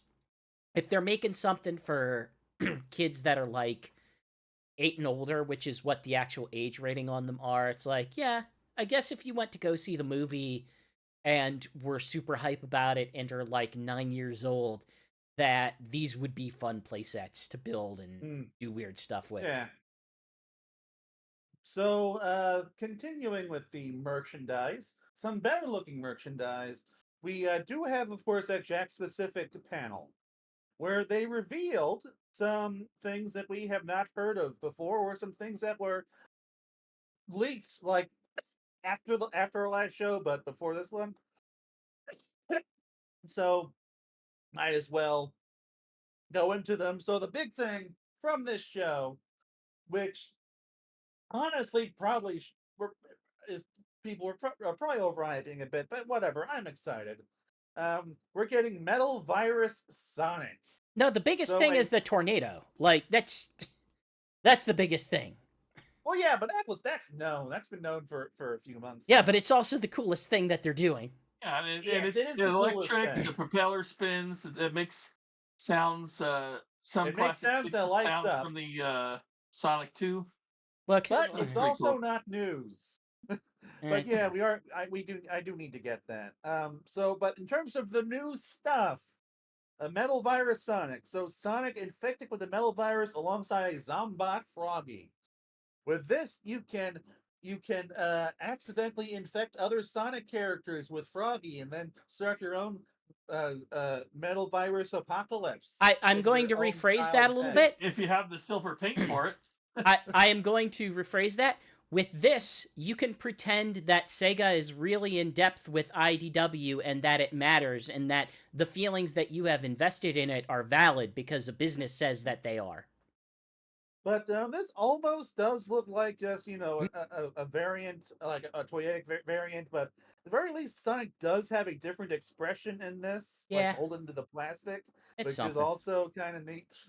he's not happy. Someone, But like, yeah. Sorry. someone is excited for this. That someone is not me, and like there's not going to be anything that they could do to make me give a crap about that arc of the comic because boy did Well, it I'm last just too long. hoping. Well, what about you, Shigs? If I can get one at Walmart, I'll definitely will. But I think this is going to be a hard. I think this one's going to be hard to track down compared to a lot of the other ones. I don't know. Sonic toys tend to be very widespread, like specifically these Sonic character toys. No, they aren't. I can tell you, as someone They're who everywhere. regularly. No, well, yeah. But they're out. They're everywhere, but they're always Sonic. It's very Yes, hard to that's get what a I Blaze mean, and this is Sonic. and a No. Mobius and the other ones. Look, man. Like- Look, man. I went to several WalMarts, and I usually just keep stock of like what they have in stock, and it's always the same bog standard. Well, it's Sonic, and maybe they might also have a Knuckles or something like that as a secondary thing. But these WalMarts, like, they aren't stocking them in great numbers. Like, I was shocked whenever I went to mine and just saw that, like, oh, there's like 6 II. Are there any of the other Sega ones that there's? No, it's all IIs. Like, what? What? When I went to my Walmart, it was 3 You'll find IIs, the 2 altered Axles, beast and werewolf. 2 werewolves. And what I find interesting about the multitude of IIs that apparently we've both seen is that Okay, so they have announced, I guess, the next round of Sega Jack Pacific toys, and it is not what I was expecting. I figured like Mimi from Super Monkey Ball or Gong Gong would be a shoe in, They're but leaning into no. that Altered Beast. Yes, it is Rue from Streaks of Rage, which I kind of forgot existed because he's only in like the third and fourth games. And you have to And unlock him specially. yeah, and Were Dragon from Altered Beast, which Another Altered like Beast. I'm like, who's buying these? I'm really surprised. I mean I I mean, bought diehard the Sega werewolf. fans, yes. I got, because I got Axel. I did not get the werewolf. I get Werewolf and I. People who like really bad games? Man, I can't even argue with you on that. No, Yeah, Altered Beast Altered is Beast trash. is pretty bad. I don't say nothing bad about Streets of Rage. That's one of the best. Altered Beast is extremely mediocre. Um, but yeah, so like these were not what I was expecting. Like immediately, the toys I wanted were probably also less likely, but I figured it would be like I don't know, I another Monkey Ball character and maybe like Gilius Thunderhead from Golden Axe or something like. Characters like that Sega seems to treat as kind of like the stars of their IPs. Um, but no, and of course Monkey Ball because I figured they had a lot of faith in Monkey Ball, but no, it's Streaks of Rage and World. That's so freaking weird. But continuing with the weird, we've also got a Sonic ice cream bar jumbo plush. That thing that I ate at Summer Game Fest back in June. The thing that has It's basically become a meme. They're yes, selling it you a has gotten meme. a plush. Apparently, it's scented. And it's gonna Yeah, be GameStop raspberry exclusive. scented. It kind of reminds me of what Lotso Huggin' Bear from Toy Story 3. Yeah, it won't In stay that that way regard. for very long. No. And we've also No, this got is going to be a couch pillow. and another inexplicable thing that I guess just exists now is a pop art Knuckles plush, which I was not aware of this being a line for Jack Specific, but Yeah, it is. There's a Knuckles entry now. Cool. But moving on to something cooler, we're also getting a 2.5-inch Oil Ocean Zone playset, which all these play sets look so freaking neat. I really want to buy one at some point.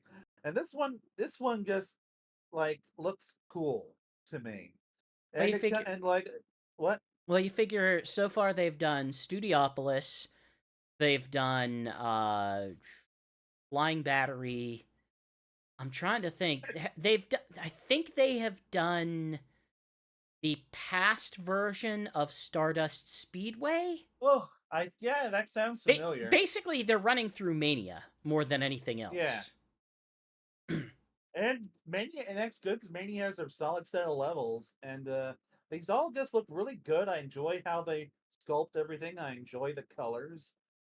And on top of that, they also have a Oil Ocean Quest thing, which is like a bunch of like level items and a Badnik and Sonic Yeah, and it's Knuckles. interesting. There's a Oil Ocean playset on its own, and then an Yeah. Oil Ocean action figure set with some of the Badniks and everything else, and a little Sonic and Knuckles in it. That one I did see at Walmart today earlier, so those Ooh. are already out. So I'm guessing these are supposed to be bought together, and these are just cool. And I don't know, like I'm so envious of kids these days. I just got the other day on an impulse. I think I saw on clearance the prison capsule set. Yeah. So I picked that up, and yeah, like I would have loved stuff like this when I was 8. But hey, as an adult, I am now recognized for liking things that actually look like the things that they were supposed to look like. And moving on to the action figures, we of course have Neo Metal Sonic and Rouge who got officially unveiled. We're getting classic Amy in the 4-inch articulated figures line. We have Fang coming, which I'm pretty sure is also old news, but that's coming fall 2024. And alongside Fang and the 2.5-inch figures, we've got Eggman, and Rocky, the little animal walrus thing. Which I'm not sure who would want that, but they're making it. But like, yeah, like I'm really excited for Fang. I'm gonna get that one if I ever see it. I don't know. I was able to get Yeah, Mephiles, only so in the hopefully we'll two get inch, Fang. sadly. Oh, what you say, Shigs? Said only in the 2 inch, sadly. Yeah, but I'll take that because we have literally gotten zero Fang merchandise until that plush a couple years ago. Like it is nice finally seeing getting toys of some of these characters. I, So sure. so we also got confirmation the biplane is coming this fall. It Yeah, could be biplane. Ooh. it could be in stores any day now, given that a lot of the stuff they say is coming in fall is already available. I think it looks neat. I think it's a good replacement for the movie style biplane, which is fine, but it doesn't look as good as this one. Yeah, like the only reason why I wanted the movie one, which you gracefully got me for for Christmas or Hanukkah, was because like it was the first tornado that they had ever done. But now we got this better one. It's like, okay, I don't need you anymore. You know, the Andy meme from Toy Story. Just want to drop it onto the floor. But that would break it, so I won't. Well, what you do is you put Pilot Tails on the pilot seat, and then what you do is you get Jim Carrey, Dr. Robotnik, and you have him riding on the wings. And then you make them kiss. Ew. It's weird. Jim Carrey's got a mustache. So do I. So, moving on to more Comic-Con news. We finally got some information on the Knuckles 30th anniversary special, which they hinted at, basically confirmed last year, but they didn't show anything or say anything. And It wasn't really the announced at Comic-Con. This is on their social media, basically. yeah, this was all on their social media. We got three covers from Aaron Hammerstrom, Mark Hughes, and a sprite cover from Mario Fonseca, which it's interesting. It's kind of like I don't know, 32-bit pixel art. I guess it looks cool. But so the basic premise of this, they didn't really go too much into that. I'm gonna throw a Um, pitch out there. Is it going yeah. to be a series of short stories focused on Knuckles as a character that aren't really meaningfully connected to any ongoing stories? No, it sounds like it's Probably. one big story, which is what these generally are. The solicitation is it's 48 pages, $6, coming in October. There's trouble brewing on Angel Island, and there's only one hero who can stop it. Join Knuckles for an all-new classic adventure to celebrate the 30th anniversary of the world's most famous echidna. This is an addition to Knuckles' history you won't want to miss. I was hoping it was And going to be Batman.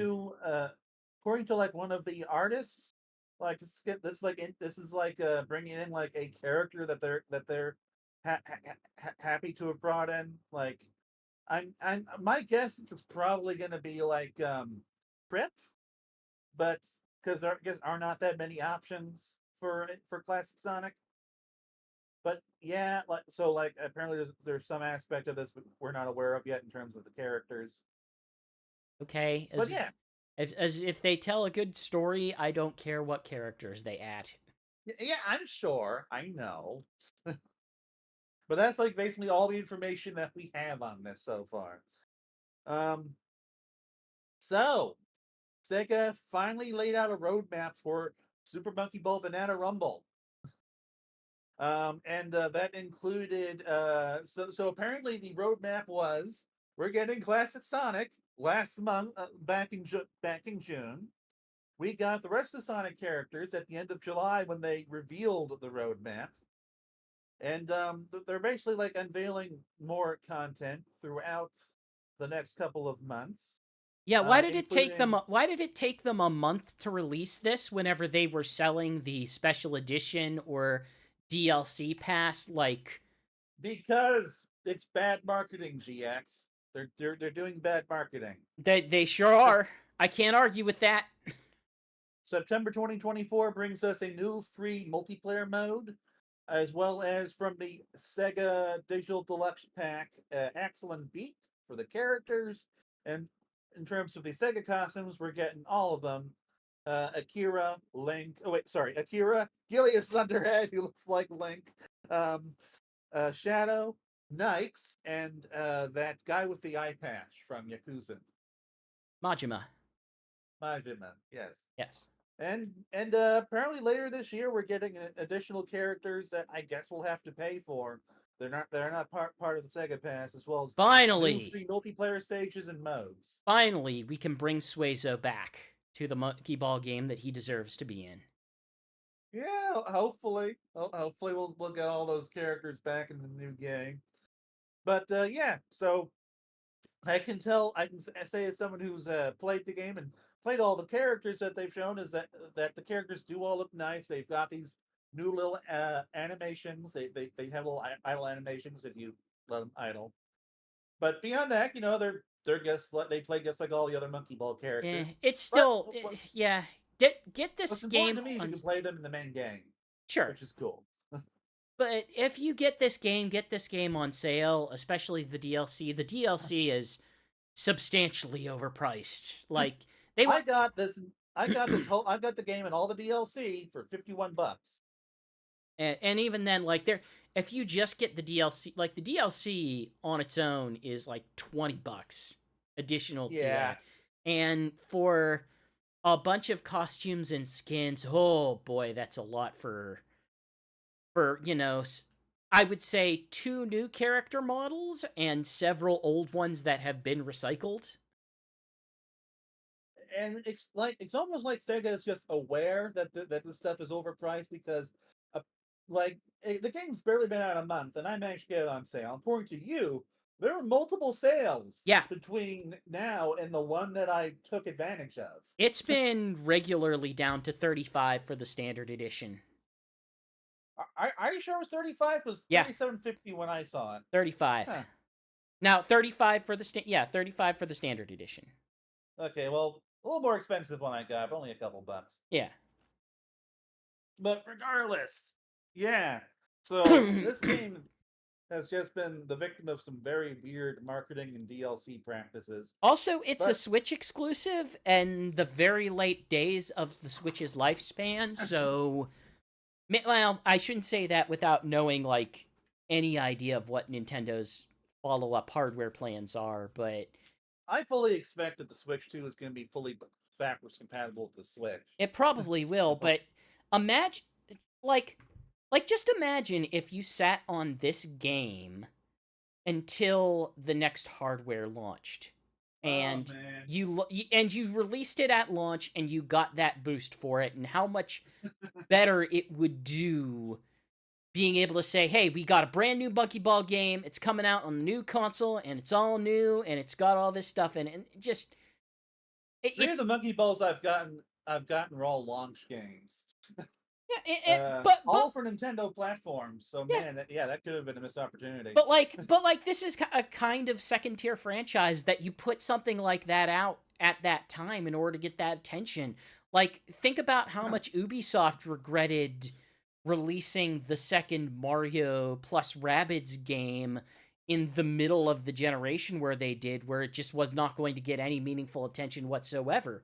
There's a real hazard in putting too many of the same franchise onto a single piece of hardware. You kind of need that refresh to make what's old feel new again.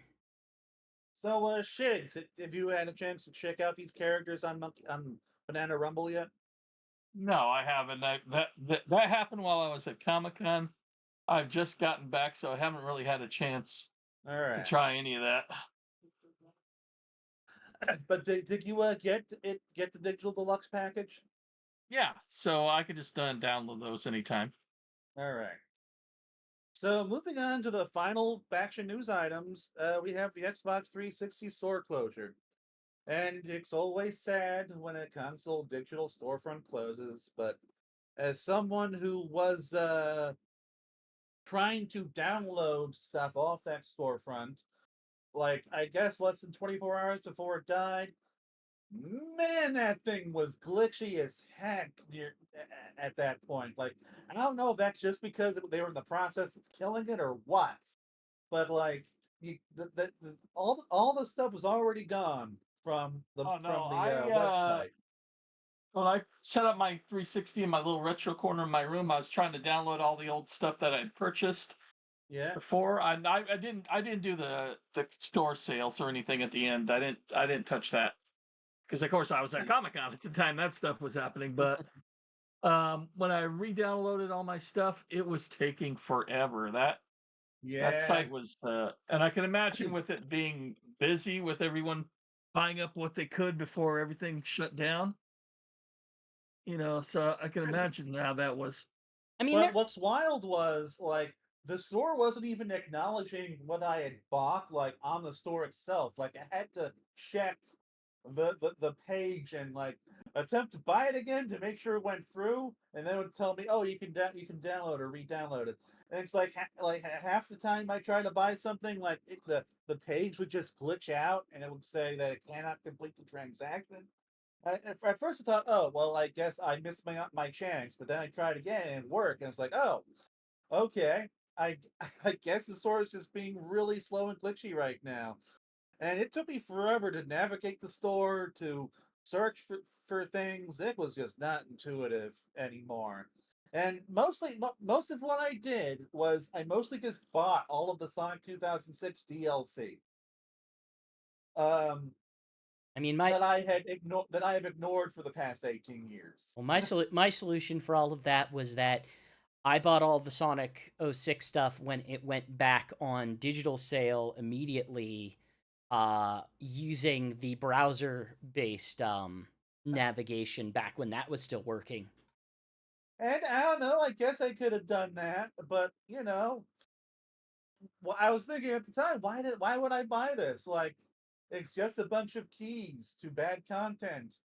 But now it's like, oh, I'm never gonna be able to access it without like modding my console ever again. So Or I better playing it get through it. emulation, or playing it Or in that, the fan-made remake. which is also a bit spotty, at least on my Steam Deck. How would you ever know? It's Sonic '06. Because the game Yeah, just crashes sometimes. How? Yeah, it I sure said, does, how doesn't would it? you know? Look, I know how it runs on a 360 versus Yeah, versus terribly. emulation. But regardless, so like I finally went, I did all of that, and I got some like free DLC, and I got a couple of games on sale, like Devil May Cry 4, which was like $2. Um, so I got a bunch of last minute purchases, or probably total about $20, and then that was it. And then the sword died the next day. But at the very least, like now, when I decide to stream Sonic '06 to Twitch or whatever, I will be able to do that with all of the DLC. So that does genuinely feel good to me. And on top of that, like one thing I never realized was that apparently the Xbox 360 had like themes, Yeah, it which does. I've never used. Eh. And also like there were Sonic '06 avatars I could have done, Yeah, there's which Avatar stuff. Like you could have gotten like Sonic Unleashed Avatar stuff. Like there's all sorts of stuff for that. and so I got all that. I still Why? I've had the same pirate for the last, I don't know, 20 years, You 19 can't years. connect to the internet to use those old avatars. Oh Like the no, old avatars are dead. I can use those avatars on my Xbox One and You can Series use X. the old ones? I thought they killed Yes. those. Well, I don't know. I've had my same pirate avatar available to me for 19 years. I thought they I picked it because I was a fan of One Piece. I thought they made you switch to the new ones so that you could see their feet with Connect or something. No, no, they let you keep your old avatars. They look super low res now. You can still use them. I need you to report back and tell me if you can use these cosmetics on your current old ass avatar on a new ass system. Yeah, I'm gonna have to see if I would think that I would be able to switch it out if I can still use my pirates. But okay, I'll take a look later. But anyway, Yeah, it's gone. finally, It's finally dead. Our long national nightmare is over, except that the PlayStation Store is still up. the PlayStation Store only has DLC. There's no way to buy Sonic 06 anymore. Oh, thank Christ. It is Don't now thank Christ, illegal. thank Microsoft. It is now illegal to own this game. Microsoft is going to hunt down all of your 360s and smash them to pieces if you own Sonic 06. Well, you know, well, unless you buy it used on a disc. Buy well, them you out, know, boys. like, what this means is that Sega has to make this game available again. No, they don't. Yes, they do. They have to either remake it or they have to like make Microsoft reactivate their backwards compatibility program. You would struggle to back that up with any meaningful empirical evidence, sir. But yeah, look, yeah, I believe in game preservation. It probably should be available in some way, shape, or form, but yeah, like we're losing a bad game. We are losing an unfinished, unpolished, poorly designed game that was never meant to release in the state it was. That a bunch of people on Twitter are being weirdly positive about now. But speaking of losing games, they also Nostalgia is a weird delisted drug. they also delisted Sonic Generations on the Xbox. like, well, as the store was shutting down, they guess delisted it from the current Xbox store as well. So that's just gone. Which is not surprising. Surprising is they haven't done it for everything that was. Sorry, was everything that was backwards compatible that was 360 still available on Xbox One, Xbox everything Series that's X hardware? everything that's backwards compatible is still available, and will continue to be available. It's just the stuff that never made the transition that died, like Sonic 06. Which means that Unleashed and all of its DLC is still around. So yeah, boy, I sure do really, really hope that they don't screw up this remaster. Yeah, because now, like, the best way to play this game, vanilla, on anywhere, is now gone. Like, because on PC, you know, the game's a dumpster fire without mods. So, Yeah. like, I do hope they keep that up because of the mods. Like, don't delist okay, Sega, so, I'm begging you. Well, so at the very least, that game was part of many, many deep discount sales and bundles. So if you have any interest in having Sonic Unleashed for PC, there's a really good chance that you already have it. And if you don't, if you're not old enough to have gotten it thus far, then I don't know, you probably don't have the inherent nostalgia for it that would drive you to get the old version. But yeah, so I really hope they don't screw up Sonic and Shadow Generations. Like, this port now needs to be flawless.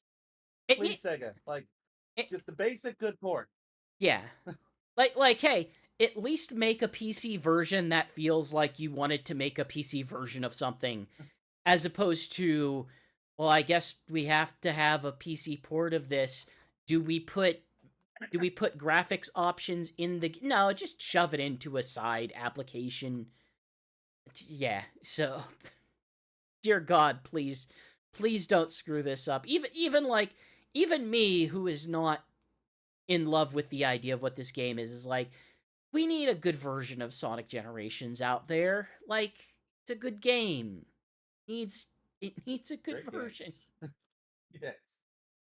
And, like, even if the Shadow Generations portion of this is a dumpster fire, I don't care. So long as the Sonic Generations part is good. Like, there wouldn't be any apprehension about this if not for the fact that they allowed the Sonic Colors remake to go out in the form that it did. Even if it's from a different team, they still let that ship. So, like, So, like, hopefully, there's no long stay issues with this. There's no weird audio issues. There's no weird graphical issues. There's It no all just runs well. there's no actual literal health risks. Like, I don't care if I'm gonna be honest. I don't care if they mess up some lighting thing or something. If it like makes the game look a little different. Like, that sucks. A lot of people can be whining about it. I don't care so long as it plays great. Yeah. So yeah. Any case, I think that's everything for tonight. That was our show. Uh, Yeah. Wish we could talk about the comic, but I don't think everybody has read 71 yet. Nope. I haven't read it, and also I just thought, I guess hold off until the next show. Like, I don't know if you Right. want to start trying to do the bi-monthly shows again, because we kind of missed all of July. It was I I will say this is the best arc they've had in a while. I'm really enjoying that. yeah. I might be behind on the comics going forward until I know I am in a safe financial position. Okay. All right. So, GX, you have anything to tell people? Yeah, hey, every Friday over on Twitch, I do a series called Sega Sonic Radio. All week, we go and get listener requests of music that follow a specific theme, and then I put together a music playlist with visualizers and trivia, and it's just a good time. About 2 hours of music to kick off your weekend. So go check it out. You can find it on Twitch under Sonic Stadium, or you can find it on YouTube under Sega Sonic Radio. And Shigs, anything to hawk? You got the interview. Oh yeah, I got quite a few things just up on Sonic Stadium from my time at Comic Con, the Ken Penders interview. I just did a little unboxing, unwrapping of some of the Sonic merchandise we've discussed in this episode, and a few other little news bits if you look on the website. So finally getting some work done. Yay! And me, I have just been busy with other things. I don't have much up right now, but hopefully in the near future, I'm going to have a couple of features up. So, stay tuned for that. And with that, we're done. And Sonic Talk signing out. I really got to come up with what I'm going to say at the end of these things if I'm going to host so often. Hey, everything that we do is under the banner of Sonic Stadium over at sonicstadium.org. We are one of the internet's oldest Sonic fan communities. We've got news coverage, including all the stories that you heard tonight, as well as forums. Hey, forums are still a thing, and we got them because, again, we're a community. You can hit up the Discord where I am at least hanging out in regularly. You can get there from the website. And then, if you're still happen to use Twitter or I think Blue Sky is an option, or Threads or something like that. We're just usually at Sonic Stadium on all of them. Yep. So until next time, for me to steal a line from GX, we're up, over, and gone. To be fair, I stole that line from Adventures of Sonic the Hedgehog. Oh yeah, I know. Peace, everyone. See you later.